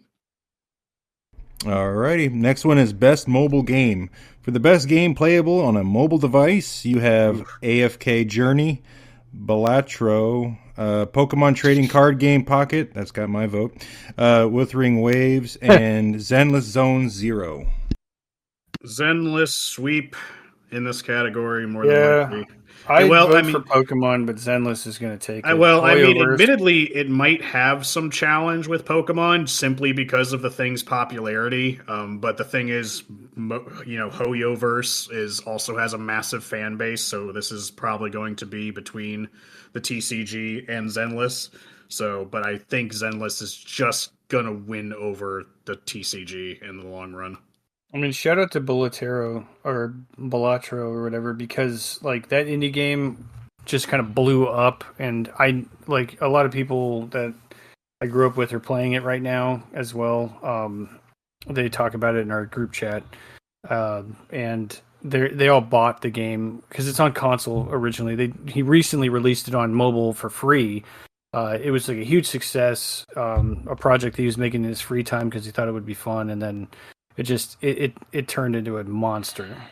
But that could take it. However, this category does kind of lean heavily towards more of like the online RPG type players, so that's why I would think Zenless is like definitely leading the pack here. But with Pokemon being new and it being a Pokemon game, it's kind of like Pokemon Go in a sense. Like there is probably a very large user base for the Pokemon trading card game that would justify a win on that too. But I have not heard of Wuthering Waves, and I've heard of AFK Journey, but like I've never played God, it. if I ever heard of AFK Journey, I wouldn't vote for them just because of the amount of stupid ads they threw at me on YouTube. Jesus Christ, that was pissing me off. Yeah. Wuthering Waves, I've heard that name before, and I feel like I've seen gameplay of it, but I don't remember. Well, it says mobile game, so I would assume like it's not specifically on the mobile, correct? No, all of these are definitely on phones, at least on phones. Yes. Okay, but it's like best mobile game. Is like another one like best free to play or best like console games. But it's like obviously I play Zenless Zone Zero and I love it, but if I try and play on my phone, I would have to get a new phone by the end of the day. Yeah. Because that shit just burns up the phone. So like Pokemon is like universal, like more universal in Zenless Zone Zero. Like you guys, I don't know. It's fucking Hoyoverse and Genshin Impact have somehow brain rotted the general populace. Somehow have gotten anime like really. I think Genshin took it last year. Well, yeah, that was fucking retarded, by the way. Fucking Genshin winning some shit. It came out years before. It's between TCG and Zenless, and I feel like Zenless is going to eke it out because the power of anime, and that's probably about it. Because I feel like the power of anime in general and anime titties are greater than Pokemon, honestly. Smash or pass? I'm just kidding. All right, so the next one we got is let's do it. Oh, there's a podcast episode. Pokemon Smash or Pass. There we go. So we got Jesus Christ, what the hell is that? God. Yeah, the next one is best debut indie game. For the best debut game created by a new independent studio, you have Animal Well, creepy, Balatro, Manor Lords, Pacific Drive, and the Plucky Squire once again. I've seen plenty of HoloLive VTubers play Pacific Drive. I haven't watched them play any of it. I kind of wish I did now because I don't know any of these. I would only vote for Animal Well because it's creeping me the fuck out. I have no idea what that Animal Well is a very popular like platformer game. It looks, the art style is really simplistic, but it's really kind of crazy. Wait, it says made by Big it's Big Mode. Yeah, it's Donkey's Company's the publisher. Really? Oh, yeah. Never mind. I vote for Pacific Drive. But that one I think will take it. Well, actually, no. Based off of what I said earlier, Balatro. I think Balatro is going to take it. That game is so damn popular, and it's made by one person, and it's just so crazy. Yeah, I've seen like a lot of plays for Balatro above all the others, considering I never heard any of these other ones. It's apparently a roguelike, which is a roguelike solitaire game. That's a shitty screen for it. It looks like you're playing really poker. Crazy. Well, you are playing poker, but it's roguelike, and it's really crazy based on your hands. I don't know. It's really kind of hard to tell you exactly what it's like, but out of all these games on this list, the people that don't play games as much as I do are talking about one of these games. So that tells me that that's the one that's probably going to win, which is Balatro. Good way to think about it. All right, next one is Best Independent Game for outstanding creative and technical achievement in a game made outside the traditional publisher system. The Kangaroo Who Can Stare Through Your Soul, Animal Well, Balatro, Lorelei, and the Laser Eyes. Weird. Neva and UFO 50. Jesus Christ, Balatro like 3 times in a row. I guess I'm still in the I don't know shit about a lot of indie games, and Corey keeps saying Balatro is cool, so let's go with Balatro. Now this one's weird for Neva. I haven't seen anything That's for Neva. pretty art, but Neva. Yeah, it is. Neva's art direction does look really cool. Balatro is probably going to take this one too, even though I have heard things about UFO 50, because it's just like a crazy ass like amalgam of like games that are all kind of tied to something. I'm gonna have to watch these after this because I have no idea, and it's just weird as shit. So yeah, I probably might look at it myself. I'll just say Balatro. I don't know. Fuck it. Lorelei with the laser eyes sounds weird. So I even being nominated in this is probably a good thing for a lot of people because it's like people look at me like, "What is that?" and go look it up. Yeah, UFO 50 though is like a ton of mini games comprised of like a bunch of like developers or something. I don't know. It's Lamel was the one that like brought it up to my attention and was like, "Yo, this game's crazy," and it's just like, "Oh, okay, well, let me check that out." But yeah, Balatro is just such a banger on this list. All right. Animal Will, atmospheric, but yeah. All right, so we'll go ahead and jump on the next one.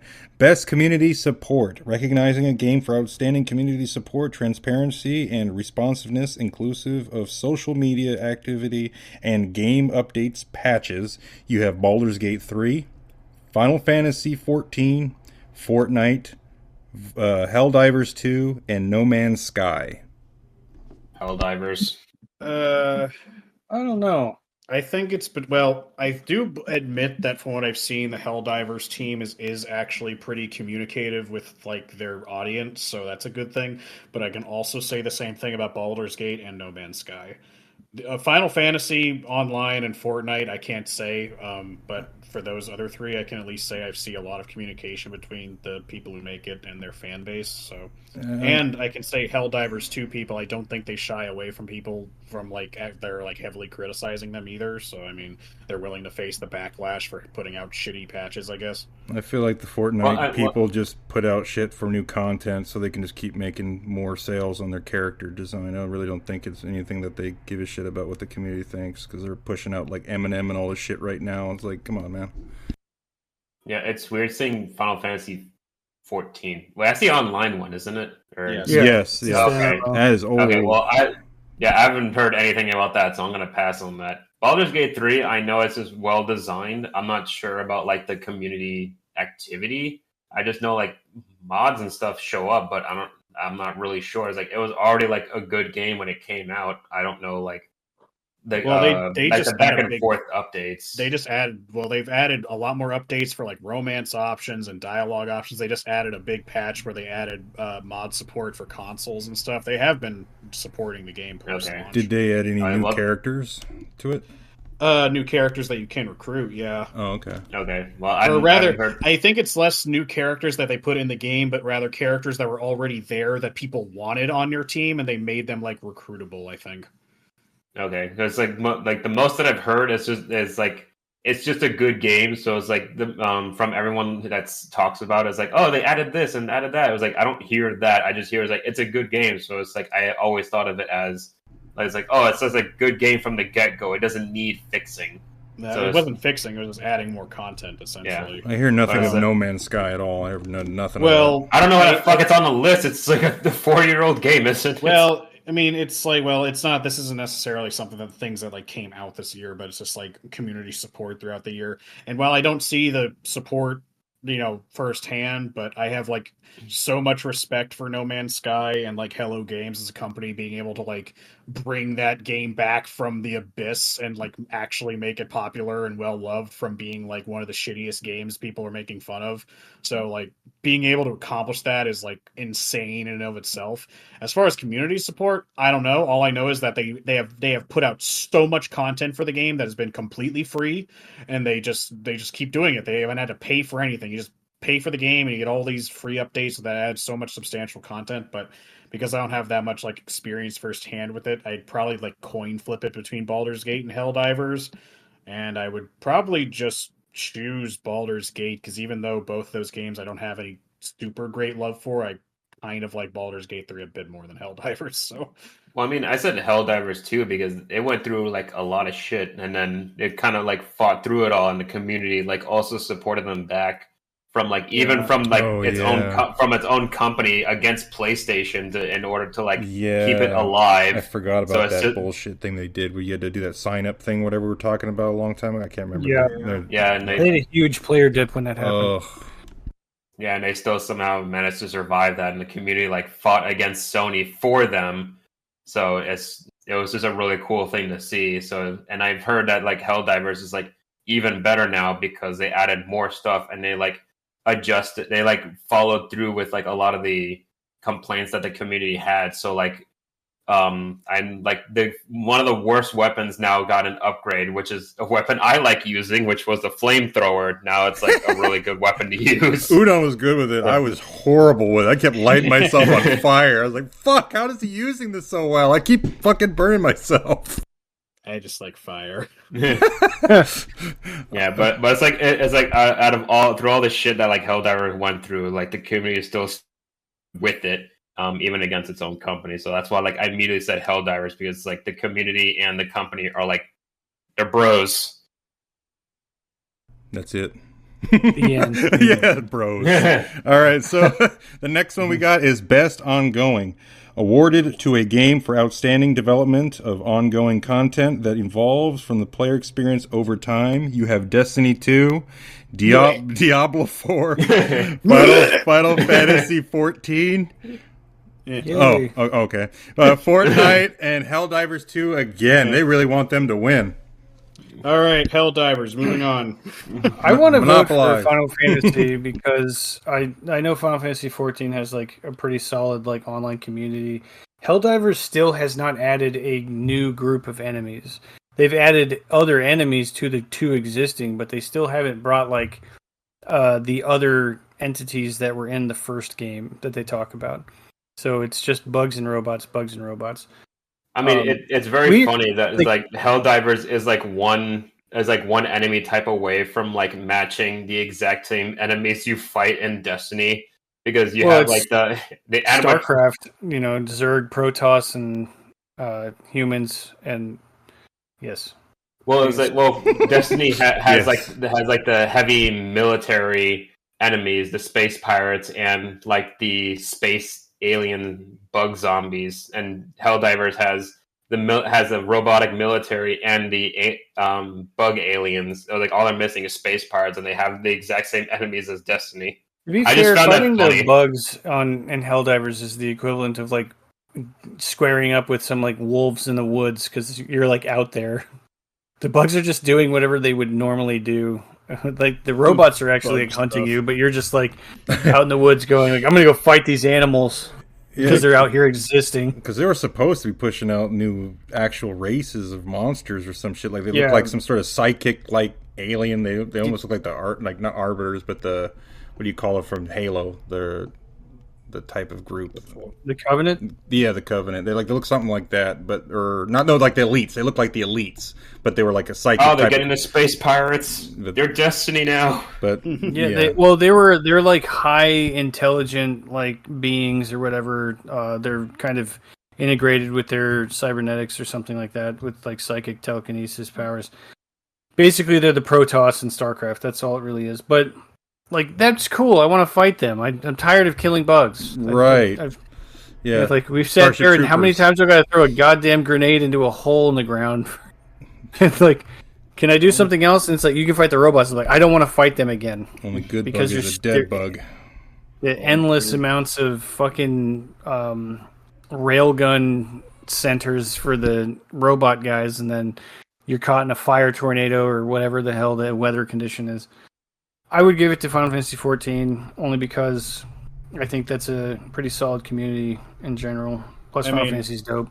The only reason I don't even consider Final Fantasy XIV is only because I don't know anything about it. But I can respect an MMO that has legitimately given WoW a run for its money. So, does Fortnite give? Have they won this category like all the time or something? I don't know. All I know. Who wins this, as long as it's not Destiny, and especially as long as it's not fucking shitty Diablo 4. Anyway. I mean, it's funny. It's like because like Destiny has fallen into that hole that Kingdom Hearts has, where the story doesn't make any sense. It's just very funny because I actually tried following it. And it's like, dude, I don't understand, and your game sucks now. So I might as well play any of these other 4. Exactly, but I mean, if you get tired of fighting the bugs in Helldivers 2, I mean, it goes to show that the superiority of Space Marine, because I can't stop fighting Tyranids. Yeah, no, I was definitely heavily into the Helldivers deal, but yeah, after quite a bit of time of fighting only the 2 different race things that you can fight, robots or bugs, it does get kind of old. All right, so we'll go ahead and jump into games for impact. For a thought-provoking game with a pro-social meaning or message, you have Closer, The Distance, Indica, Neva, Life is Strange Double Exposure, Senua's Saga, Hellblade 2, and Tales of Zenzura Zao, or whatever the hell you say with that one. Jesus Christ, I went with Z's and then Tales of Zenzura Zao. I mean, for this, I would say that Senua's gonna win it because that game has so much money behind it, and it's weird because it came out and people praised it heavily, but it didn't have like a player base that was like super large. I was told it was like a 4 to 8 hour movie. Yeah, basically, it's so focused on, like, the description was, it's so focused on the narrative that they forgot the game. And like the message that it's trying to deliver, I suppose, is very like upfront about it, because it's like I think it's like mental illness kind of thing. I mean, I played the first one; it was really cool. It's kind of a subpar like action game, but the graphics are really good, and that's kind of what they were focusing on with this one. But it's revolutionary for like mocap and stuff like that. I think it would do well. I kind of want Tales of Kenzera to win, just because like he was there at the last Game Awards. He kind of gave a speech about the announcement of the game that was coming out. It's a Metroidvania game of like African. It's like an original Metroidvania, like an original game that's a Metroidvania playstyle based in African folklore. So it's kind of a new thing, which is kind of cool. And I think that would be neat if it won something. I don't think it sold very well, and I think the studio closed, unfortunately. But didn't he talk shit about the fans? Well, yeah, you don't do that when your game's not selling well, because that's not what you do. Like, why aren't you eating your burnt food? You know, it's like the cook doesn't come out of the back of Denny's to yell at you for not finishing your breakfast. You know, it's like, just be nice about it and listen to like the complaints. And if the complaints aren't like valid, just ignore them. Because someone might just be like, I don't like this game because blank. And it's like, okay, well, you know, whatever. That's your opinion. You don't have to like attack everybody because like the menu screen's too high or this enemy is too dumb looking. It's like, whatever. Okay, these are not really, but if you're like, if the game is broken, then obviously that's a valid like complaint. But there was a lot of surface level bullshit that was going on.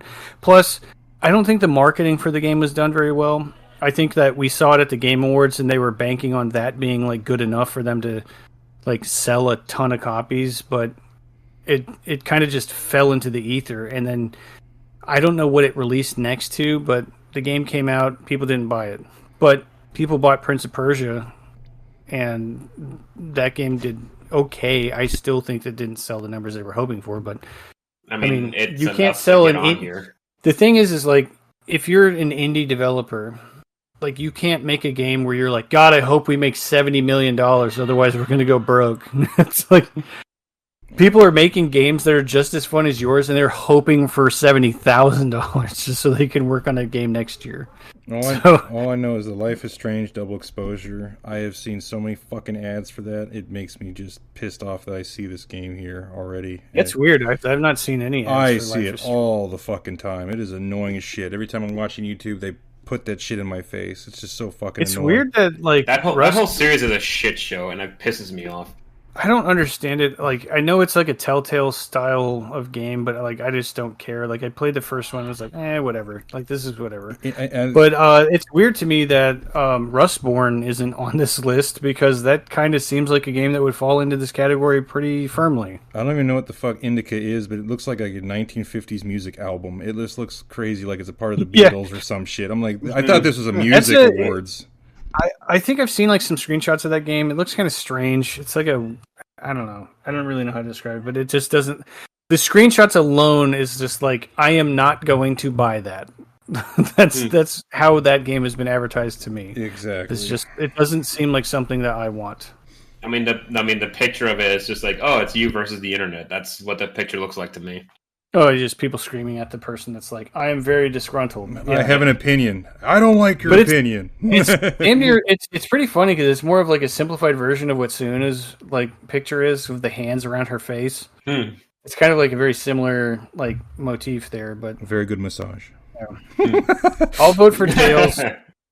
Tails is fine for me. Everything else I don't give a shit about. Suna is a really technological, like, impressive piece, but again, I don't care. Here. In the world where I was forced to vote with a gun to my head, I would just give it to Hellblade only because it's the only thing I recognize on this list. So, because Ninja Theory, stop making fucking Ninja Gaiden. Isn't that what they used to make? I don't know. We don't even know. It says Ninja Theory right there, so it'll probably fit. Yeah, Ninja Theory they used to make they made Enslaved, Odyssey to the West. That was a pretty cool game. Yeah. It was not. You're not helping. Not the greatest game of all time, but it's whatever. But Ninja Theory has made some games. Bullshit. Wait, that's a good game. They made DMC, which a lot of people shit on because of Devil May Cry, and they're like, I don't like the fact that he's different now. Okay, but it's whatever. All right. I actually skipped ahead, so I'm laughing. Oh, they made Heavenly Sword. Yeah. Okay, all right, so we got innovation in accessibility, recognizing software and or hardware that is pushing the medium forward by adding features, technology, and content to help games be played and enjoyed by an even wider audience. You have Call of Duty Black Ops 6 again, Diablo 4 again, Dragon Age the Veilguard, Prince of Persia the Lost Crown, and Star Wars Outlaws. Okay, I'm going to say something kind of contradictory, and it's only because the people whose opinions I trust played Outlaws, and they hate the game. Like, they hate it. They think it's trash, completely fucking, like, worthless, like do not waste your time. The only point of praise they gave that game was the amount of accessibility options in the menus. Was, like, the one thing they said about the game that was good. And these people have really hard set in stone opinions that are hard to impress. So even though it would make me sick because I don't know anything about the other ones, I would vote for Outlaws strictly based on that criteria. The only thing I've heard about Outlaws that was like a good thing is that there was a patch to completely remove all the forced stealth missions. And I thought even in the game yet. It's going to come out. Yeah, I mean that's like the only like good news that everyone liked that I've heard about it. Like when I thought that was like a ridiculous reason to like appreciate it. Well, because if you saw the gameplay, you would know why. Because those sections are fucking terrible. The whole game is terrible, but those are especially terrible. I don't really have an opinion on any of these because I'm not exactly sure. I haven't even seen like the Call of Duty like accessibility options. It's funny because this is the first Dragon Age Veilguard appearance, but if I had to make a wild guess, if it's Ubisoft that's attached to it, like they probably have like tons of crazy options. Okay, so when I see accessibility, it's like along the lines of like colorblind options, right? It's like helping people Last of Us 2 have a hard time playing games because of XYZ reason.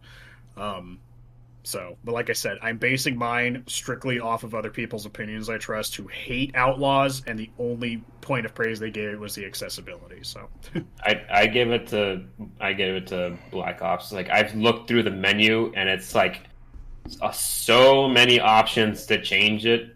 And Xbox does do a really good job for accessibility for their product because it is like they try their very best to like actually make it so like anyone, despite whatever issue you might have with the game or health related issues or physically, they do try and make it possible for you to play it. And that's like one of the reasons I do respect Xbox as a company. But yeah, out of all of them, I just picked Black Ops despite being made by fucking Activision.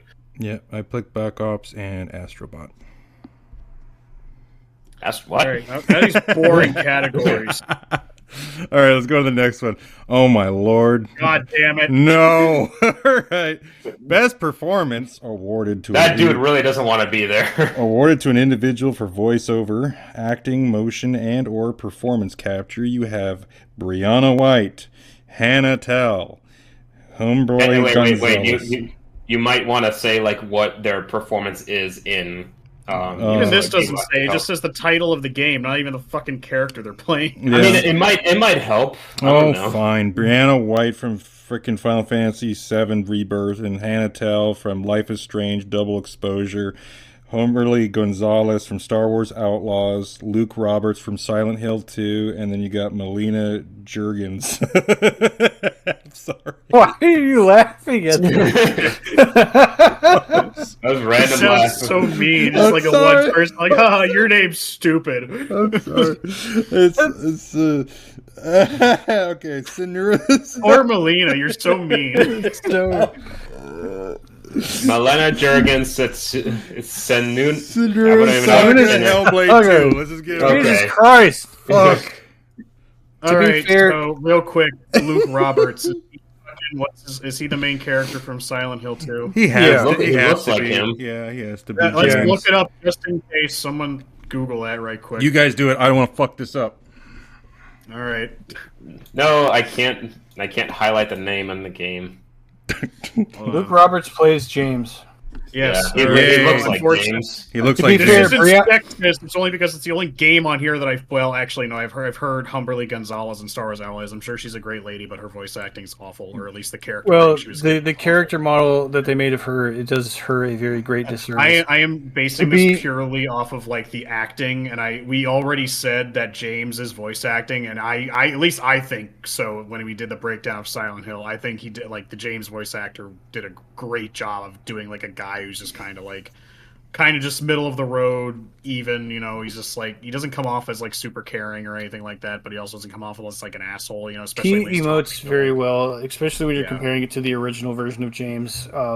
Yes, people do prefer for the original Silent Hill 2 because they're like the OGs or whatever, but I think that the voice acting in the original Silent Hill 2 is just like meh, like maximum meh. It does deliver the story still, and it's a good story, but like, oh my god, you can't say that his performance is not good. Like, he emotes very well. Yeah. That being said, Brianna White plays Aerith. I knew it. Aerith. She looked like an Aerith. And Aerith's character is very good in Final Fantasy, so I would have to... Brianna White for me. I would have to pick Brianna White because she kills that role so hard. And the character itself is like really important, not only to that particular portion of the 7 story, but like she's kind of like a, I don't know, just like nostalgic character to me in general, and just getting to see her bring her to life, it's very well done. Yeah. And Melina Juergens, that character, she kills that role so hard. They bring her out on stage for like the Unreal like mocap stuff and like the face rig and everything, and like she's such a good actress. Like she just puts everything into it.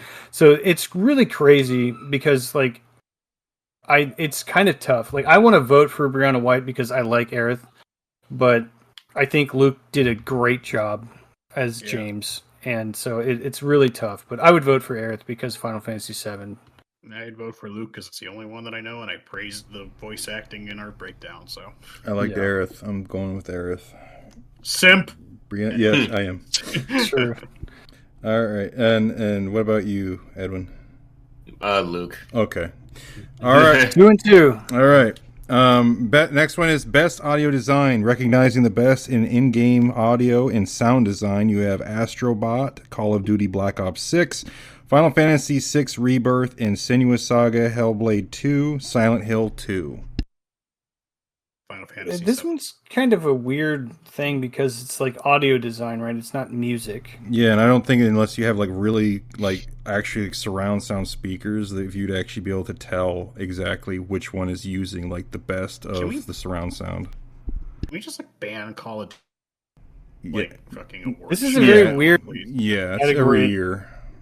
So from my understanding, Hellblade 2 has this thing where like if you have it's like best experienced with headsets because they do her like inner thoughts where like she's kind of hearing voices and stuff, and because it's about like madness kind of thing. At least the first one was, and I'm basing this all off of what I remember from the first one.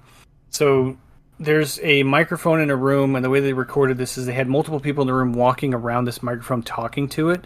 So like if you have the 3D audio headset on, like it feels like people are surrounding you, telling you shit and moving around you. So it has a really cool, like they definitely focused on audio design for Hellblade 2. And I think that game probably will take this category, but if I had to put a close second, I'd pick Silent Hill 2. I would like to see what that was going to be like with actual surround sound. I'm pretty sure that would be pretty fucking creepy with all the different. It's probably very visceral. Yeah. I don't understand Astrobot. Like maybe because like they utilize the controller a lot. I mean, I know that so did Silent Hill 2 because my controller's fucking max volume screaming, so I couldn't really hear what the fuck was going on. But like I don't know anything about Astrobot in the audio design phase, but like Hellblade 2 based off of the first game, I think that they really put a huge focus on that. Yeah, the Astrobot, I really remember from the one that was on the PS5 before this, like not the actual game, but the one beforehand where they were just basically where they were introducing all the different things about what the PS5 was going to deliver, and you were going around the rooms and such.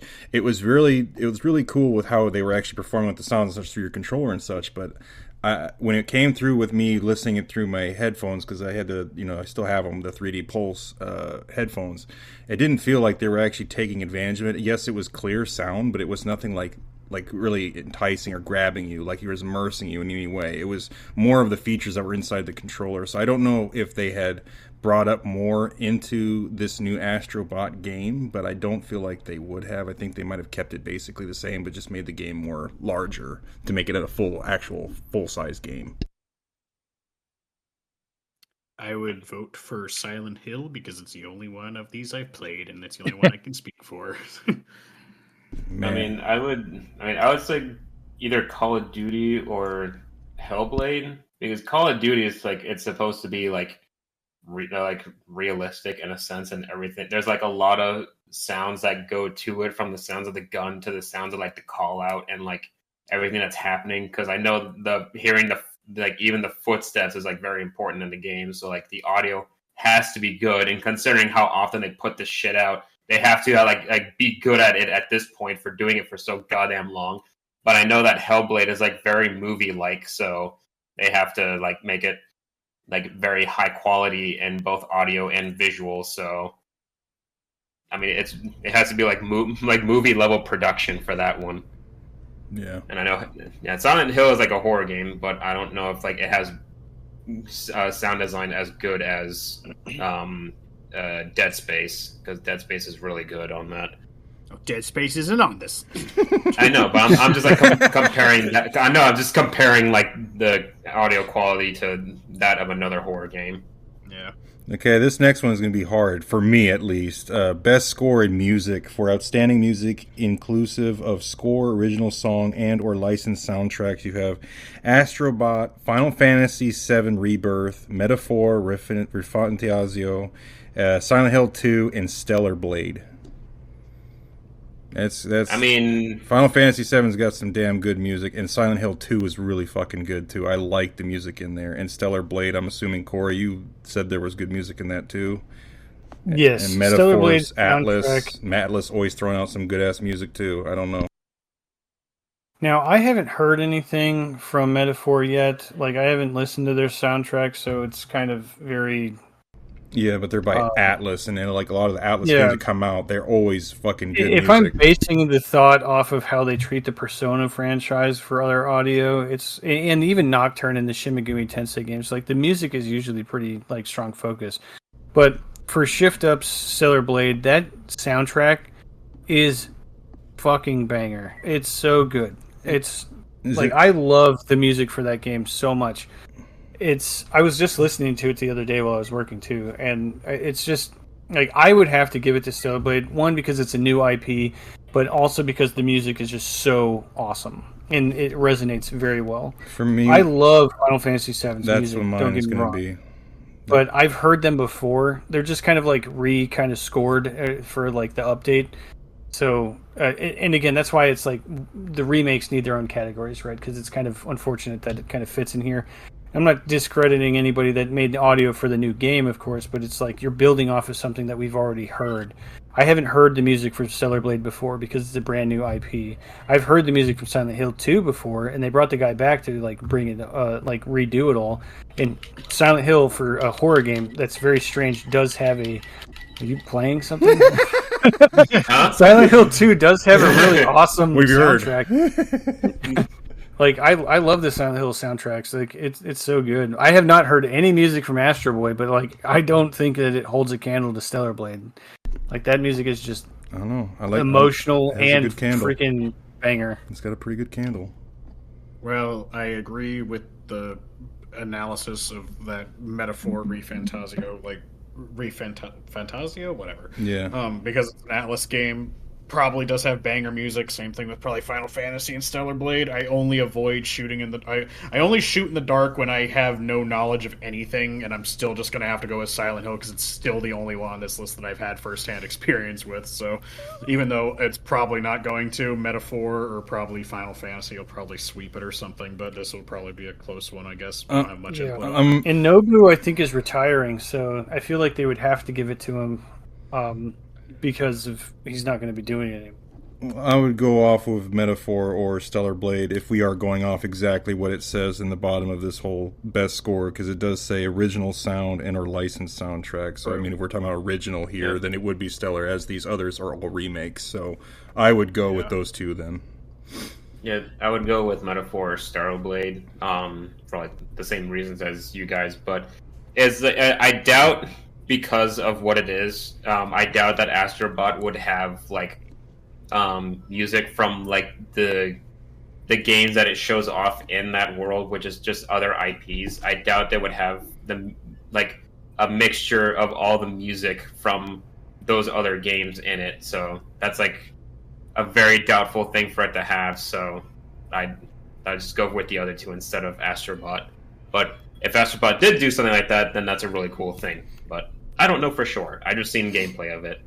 Okay. Our next one is Best Art Direction. For outstanding creative and or technical achievement in artistic design and animation, you have Astrobot, Black Myth Wukong, Elden Ring, Shadow of the Erdtree, Metaphor Refantasio, and Neva. Sony really wants people to suck their dick if Astrobot's going to be here this much. Where the fuck is Unicorn Overlord on this list? Like, yeah, honestly. Unicorn Overlord does need to be here, even though that would be two Atlas games, but still, it's... Who cares? That game looks so good. Because guess what? Because in the absence of Unicorn Overlord, my fucking vote's going to be for Metaphor, because they know how to stylize their game really well.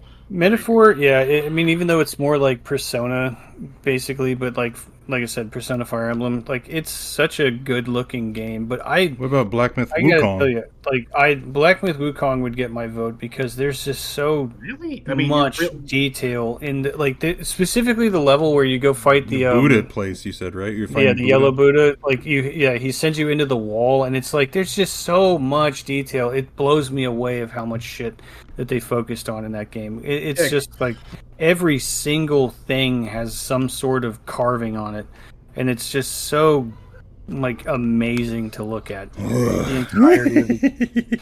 But it's crazy too, because like Shadow of the Erdtree, like I love all the characters and monster designs for that. The bosses are fucking dope as hell. Like I think it's so dope.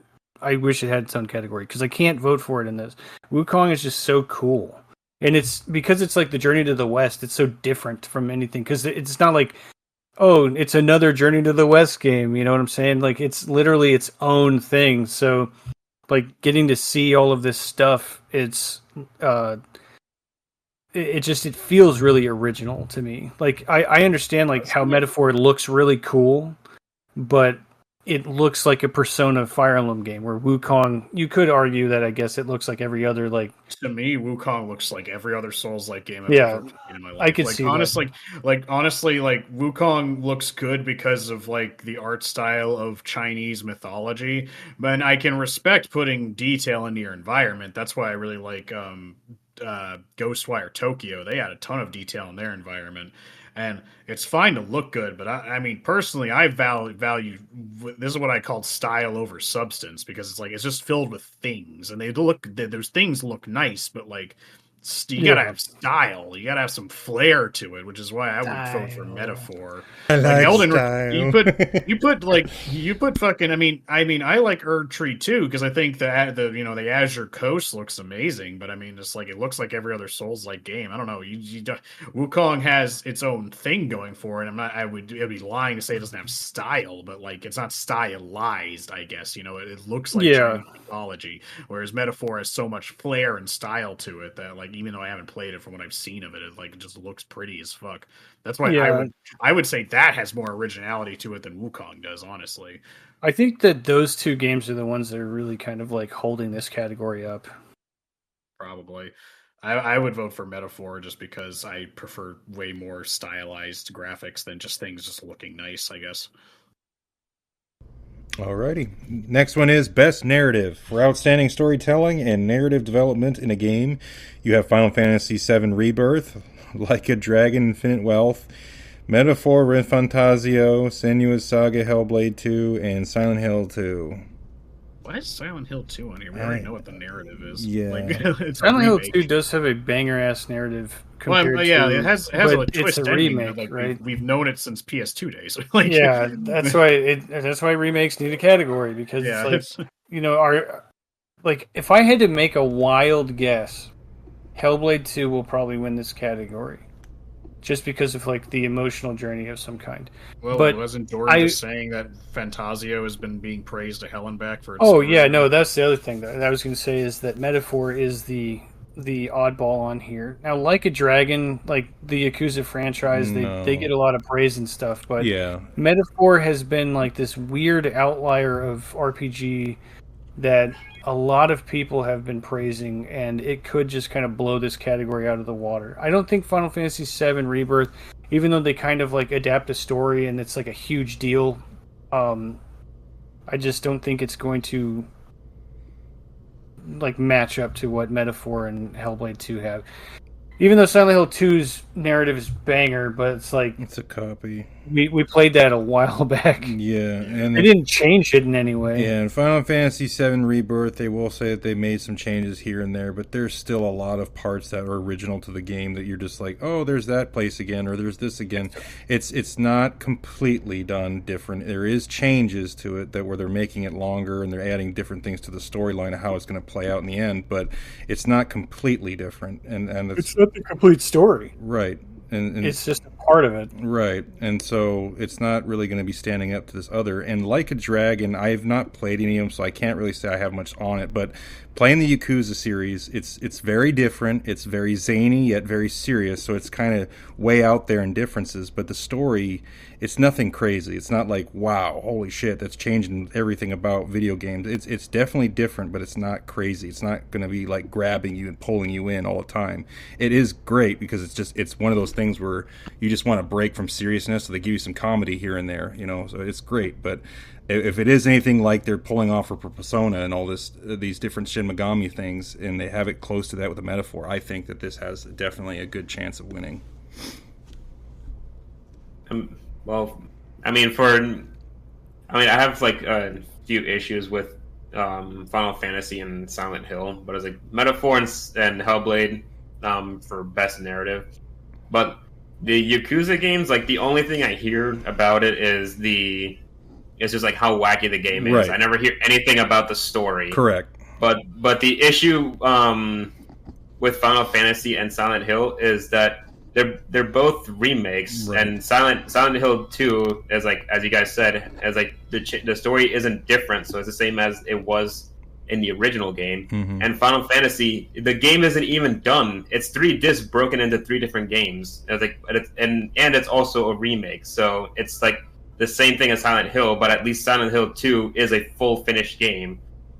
Mm-hmm. So I was like, that's the problem that I'm having, just like having to pick through these and seeing Silent Hill and Final Fantasy constantly through all these categories. It pisses me off. Well, I'm not seeing any variety at all. I mean, we're going to go ahead and jump to our next one. You guys are going to see exactly what the hell I'm talking about. So, Best Game Direction, awarded for outstanding creative vision and innovation in game direction and design. You have Astrobot again, Balatro again, Black Myth Wukong, Elden Ring Shadow of the Erdtree DLC. You have Final Fantasy VII Rebirth, not a full game, Metaphor, ReFantazio again. I mean, the three on, again, I'm just discounting Erdtree, Final Fantasy, and Astrobot's just starting to piss me off at this point. And so I would, like, this category, the only ones I'm looking at is Baltro, Wukong, and Metaphor, because they're all original. And I'm kind of proud of Baltro getting in this really higher tier, I guess, of like voting because it's an indie game. But I mean, all three of these are original to some extent. I mean, Wukong is like has elements of a Soul-like, and Metaphor, from what I've seen of the gameplay, does have a lot of elements of a Persona game. I can't speak for Baltro, but I mean, awarded for outstanding creative vision and innovation in game direction and design.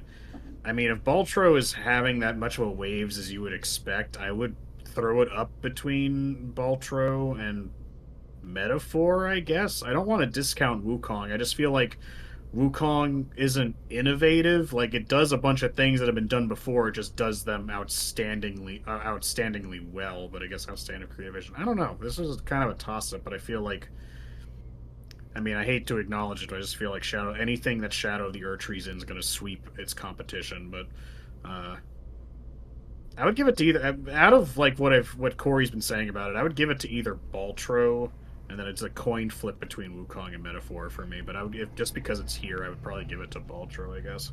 I feel like they're screwing over Shadow of the Erdtree by not making a DLC category, but at the same time, I feel like they couldn't, because I don't think there's like any memorable or noticeable DLC that could stand up against Shadow of the Erdtree. So they just threw it in with the rest. They just wanted Shadow of the Erdtree. Well, I mean, they could have given it Final Shape or the Diablo 4 DLC that has the new stuff, because there's some big ones. Like, it would have sweeped it, don't get me wrong, but I mean, that's kind of the point, right? It's like, oh, look at this is the best DLC by a huge margin, like, strive to be this, you know? But instead, it's DLCs going up against these full-fledged games. It's just ridiculous.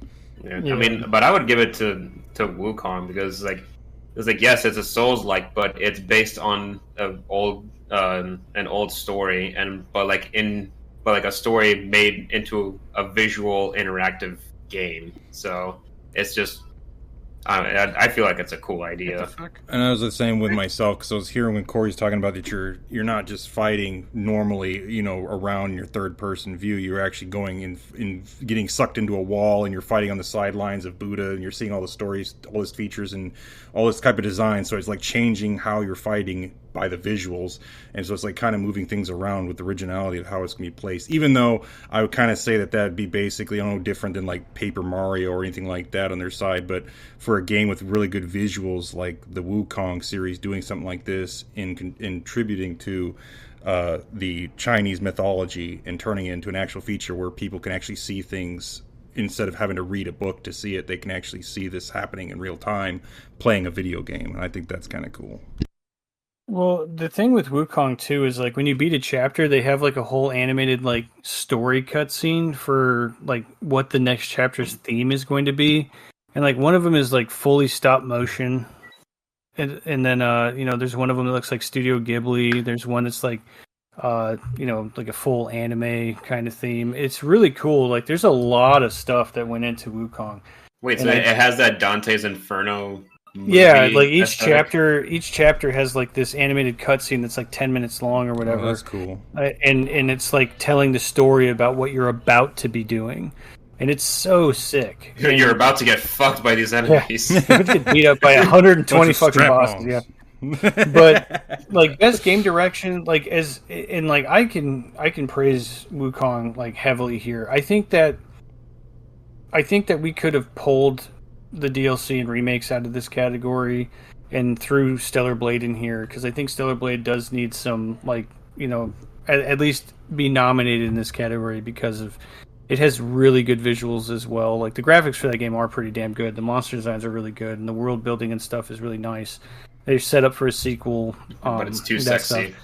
However, you know, I kind of want to see Balatro to win because it is, of all of these, the most original idea.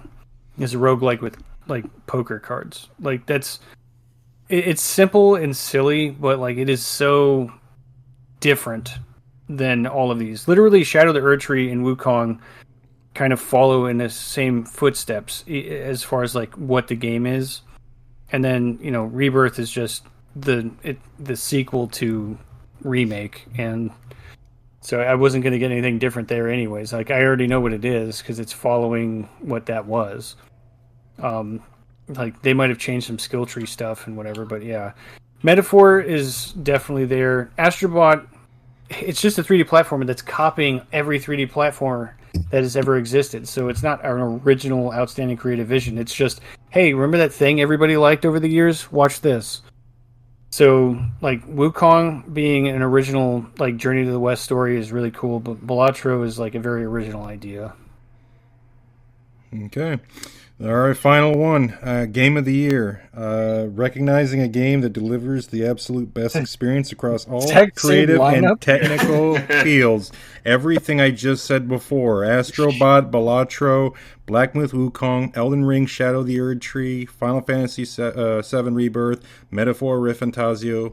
No lazy writing here. It's all original on how they set this up. Yeah, so what's the point of even having that other category, honestly? Shadow the Erdtree. Like, same, different. Yeah, I mean, if we're talking overall... Astrobot. And, yeah, finally! Yeah. I've been waiting to vote for Astrobot this entire time. Everyone off. I just don't feel like... Yes, I heard good things about Astrobot, but Jesus Christ, been in so many things. You think it was the most groundbreaking fucking platformer on the face of the goddamn planet. The same people that would vote for Astrobot are the same people that shit all over every Mario game that's ever released. Yes. I look at this and I'm like, I generally will think, like, the one that the people talked about the most, which unfortunately, based on my criteria, is going to be Shadow of the Erdtree. But I'm just discounting it because I have fucking integrity, and this shouldn't be on this list at all. So removing Shadow of the Erdtree, that leaves Wukong. Because unfortunately, even though I guess everyone likes it, I have never heard of Balatro until today. But then again, my head is not really in the indie space, so maybe I'm just a guy with his head stuck in the sand. But... I mean, I've heard about Metaphor. Final Fantasy got a little bit of talking. Astro Boy got a little bit of talking. But if we remove Erdtree from the equation, Wukong is the one that I saw that most people talked about for the longest amount of time. Yep. So, I mean, I would give it to Wukong. I still think Erdtree's probably going to win because no one has integrity, but we'll see. But yeah, I would just give it to Wukong based on that criteria. I would give it to Wukong. In 20 million units sold. If we're talking about just raw sales numbers, like, of a consumer base, like, that's a huge audience, and you don't get to 20 million copies because that many people were tricked into buying it. Like, the popularity of that game, the praise is what inspired that, like, you know, that purchase wave. Like, people bought it, they were like, this game's actually pretty fucking good. That's what I bought it for, because I was like, oh, a lot of people are really enjoying this. It's not like Rise of the Argonauts. Yeah. Why did you bring that game? That's such a shitty game. That's such a random poll. I remember I recommended that to somebody because I wanted to see what it was. And he was like, "Oh, I'm not getting that." Same thing with Hayes. What game? Same thing with Hayes. Yeah. Hey, you should buy this game so I can. Yeah, I want to see. No. I convinced my roommate to buy Hayes. Because I wanted to see how heard of that. It's horrible. Yeah, not a lot of people did. But I was like, yeah, this game looks interesting, but I don't want to buy it. So I was like, hey, this is really good. You should get it. And then he played it, and I was like, okay, I won't get it. It's like, my bad. It was just a funny troll, but anyways. All right. Yeah, I would vote for Black Myth Wukong. I would say Metaphor close second. Unfortunately, Shadow of the Erdtree is like a weird contender here. And again, I don't hate Elden Ring. It's probably one of my favorite franchises, but as far as like the Souls series go from the FromSoft team. I just think that DLC needs its own category, so I can't vote for it here. Same thing with Final Fantasy VII. Like even though Rebirth isn't like it's not a remake of any kind of actual game, but it is the second disc of the continuated story that they have decided to compartmentalize to maximize their sales. Push that shit somewhere else. I would give it to Wukong. Balatro, congrats on making it to this list at least. I hope that if you win, that's crazy, but like I already know that you're very well off because the amounts of sales that you got from that card game are, by the way, life-changing. I just added it to my wish list, but that fucking game's only $15 compared to everything else on this list that's just fucking what, $70 to $80. What, Balatro?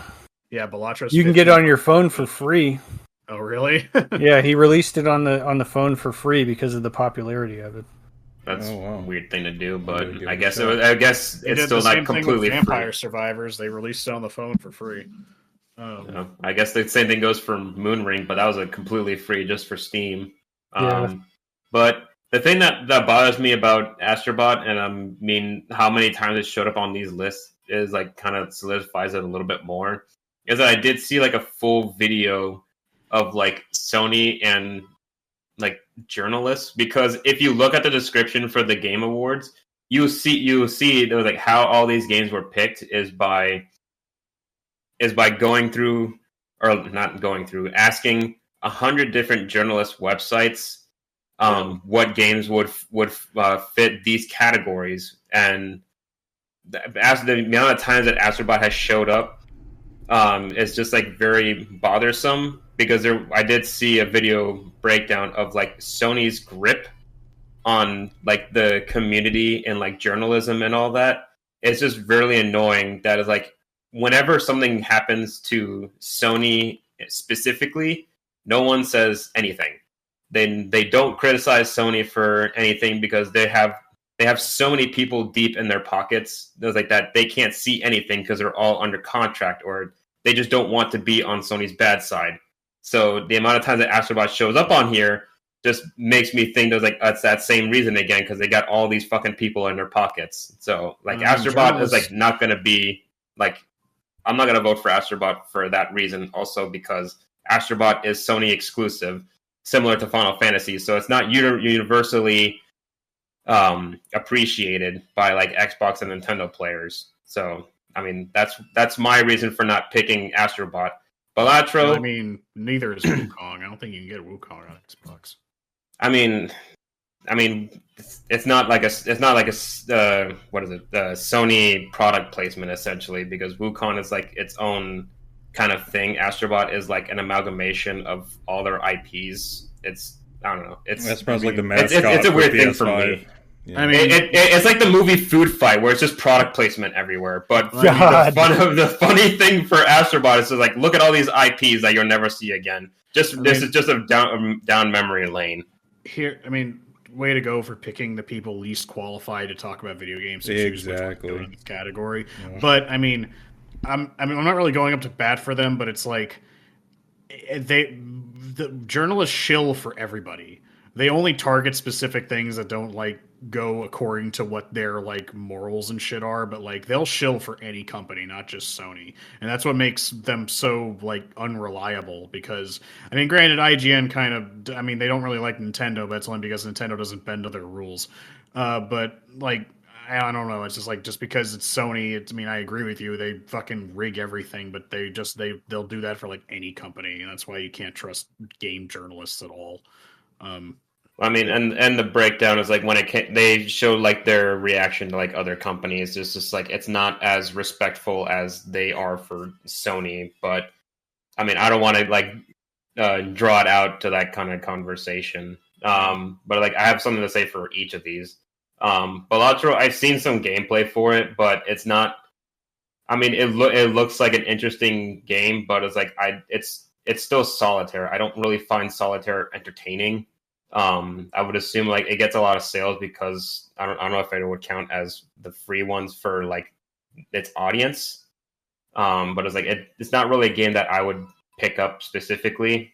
I mean, like Corey said, good on them for making it on here and like having high sale numbers, but I mean, I wouldn't play it. I mean, well, for Wukong, it's kind of in the same place as Elden Ring. If Elden Ring doesn't win, then like Wukong could get like their fan base for it, because Wukong and Elden Ring are both Souls-like, and Wukong is like a well-known story, and they're like, it looks really nice, and the sale numbers like prove its popularity, so it has a high chance to win. Final Fantasy, like, it's also a Sony exclusive, but it is a remake as well, and not even a finished game. So it has like a lot of negatives towards it for me. And Metaphor is like an Atlas game. You said it was Persona and Fire Emblem, which are two popular games put into one. So, I mean, that's also a runner-up for Game of the Year as well. So, but I would pick Wukong. I feel like I would play that over Metaphor. All right. Balatro is $10, by the way. I thought it was free. I think I was thinking of Vampire Survivors because they did release that one for free. But on the mobile device, Balatro is $9.99. Either way, my point was still it's like $15 on Steam compared to $70 for all these new games. Yeah. Also, Sunu Saga, that's Ninja Theory. They did not make the Ninja Gaiden game. That was Team Ninja. Everybody has a ninja in their name, so. Oh, the one was Ninja. Was it Ninja Theory? Yeah. Yeah. All right. Let's go ahead. All right. Well, that's what we got for that. Let's go ahead and jump into some trivia. Ooh, we got trivia on this? All right. All right. Question number 1. Which game won the Best Inaugural Esport Game Award at the Game Awards in 2015? Was it Dota 2, League of Legends, Counter-Strike Global Offensive, or Hearthstone? Hearthstone. I'm going to say Hearthstone because you had a hard time saying that. I'm going with League because I'm a shill. I'm surprised I didn't hear Overwatch, but I mean that kind of exploded and then died. The League of Legends. 2015 though, right? So it's like, didn't Hearthstone just come out? Like, would that have been an esports game? I mean, I know it has a competitive scene, but as far as esports, I don't know. The answer was B, League of Legends. Oh, my boys. The thing that never fucking dies. Yeah, what a surprise. Wow, check it out. Winning in 2015. That was damn near 10 years ago. Yep, still winning. They're still in the category. Yeah. All right, question number 2. At the 2020 Game Awards, which esports team was crowned Best Esports Team, marking their first win in this category? Was it A, Team Secret, B, G2 Esports, C, Damwon Gaming, or D, San Francisco Shock? I'm going to get this Not so D. wrong. San Francisco Shock? It is C, Damwon Gaming. Fuck. I'm never I gonna thought you guys would have got that. None of us do esports. I know. All right. George, next one's going to be like, all right, now in 1996, which game won the Super Bowl? Back in yeah. All right, so question number 3. Who won the Best Esports Athlete Award at the Game Awards in 2021, recognized for their outstanding performance in the esports scene? Was it A, Showmaker, B, Simple, C, Canyon, or D, Faker? Faker. I'll say that because he's also in this list. I'll say Faker as well. Answer was B, Simple. God damn it! I was gonna say, You guys got to keep it simple. Yeah, shit. You got to keep it simple. All right. Why'd you pick esports for all 3 of them? Wait, before we go, because I'm a shill and I saved my second pack. I have one Pokemon pack we can open before we close. I do not. Oh, I don't have one. No. I'm a shill because my 2 of them. I don't care what you guys say. I'm a chill. I'm a shill for certain things. All right. There we go. All right. I'm still doing Charizard because I'm still fishing for that Sabrina full art at some point. I can't believe that the. By the way, that Ben pack thing is bullshit.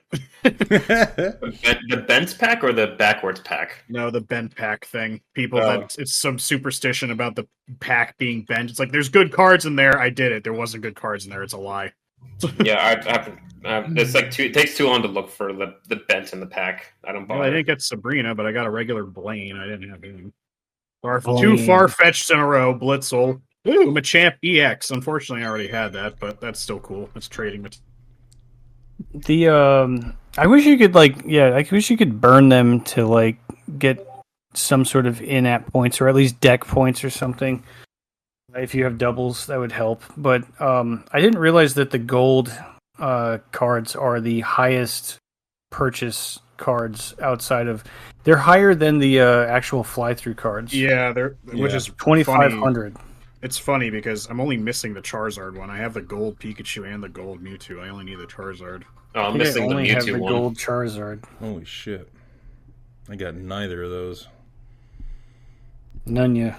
None ya business.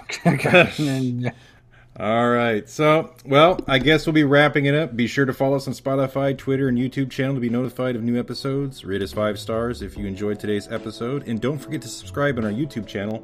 And for all you gamers out there, just remember to keep exploring, keep playing, and keep listening. Until next time, this is the Mediocre Rumble Brothers podcast signing off. Thanks for listening. Keep your integrity. Don't vote for Erdtree. And if you are going to vote for Erdtree, vote for Wukong instead. Unless you're going to vote for Astrobot, then vote for Erdtree.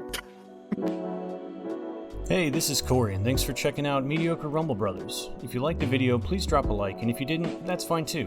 If you'd like us to talk about any specific games, drop a comment below, or feel free to discuss your experience with the games that we mentioned in the episode. You can also listen to our episodes prior to YouTube on our Spotify. Thanks for watching, and hope to see you again soon.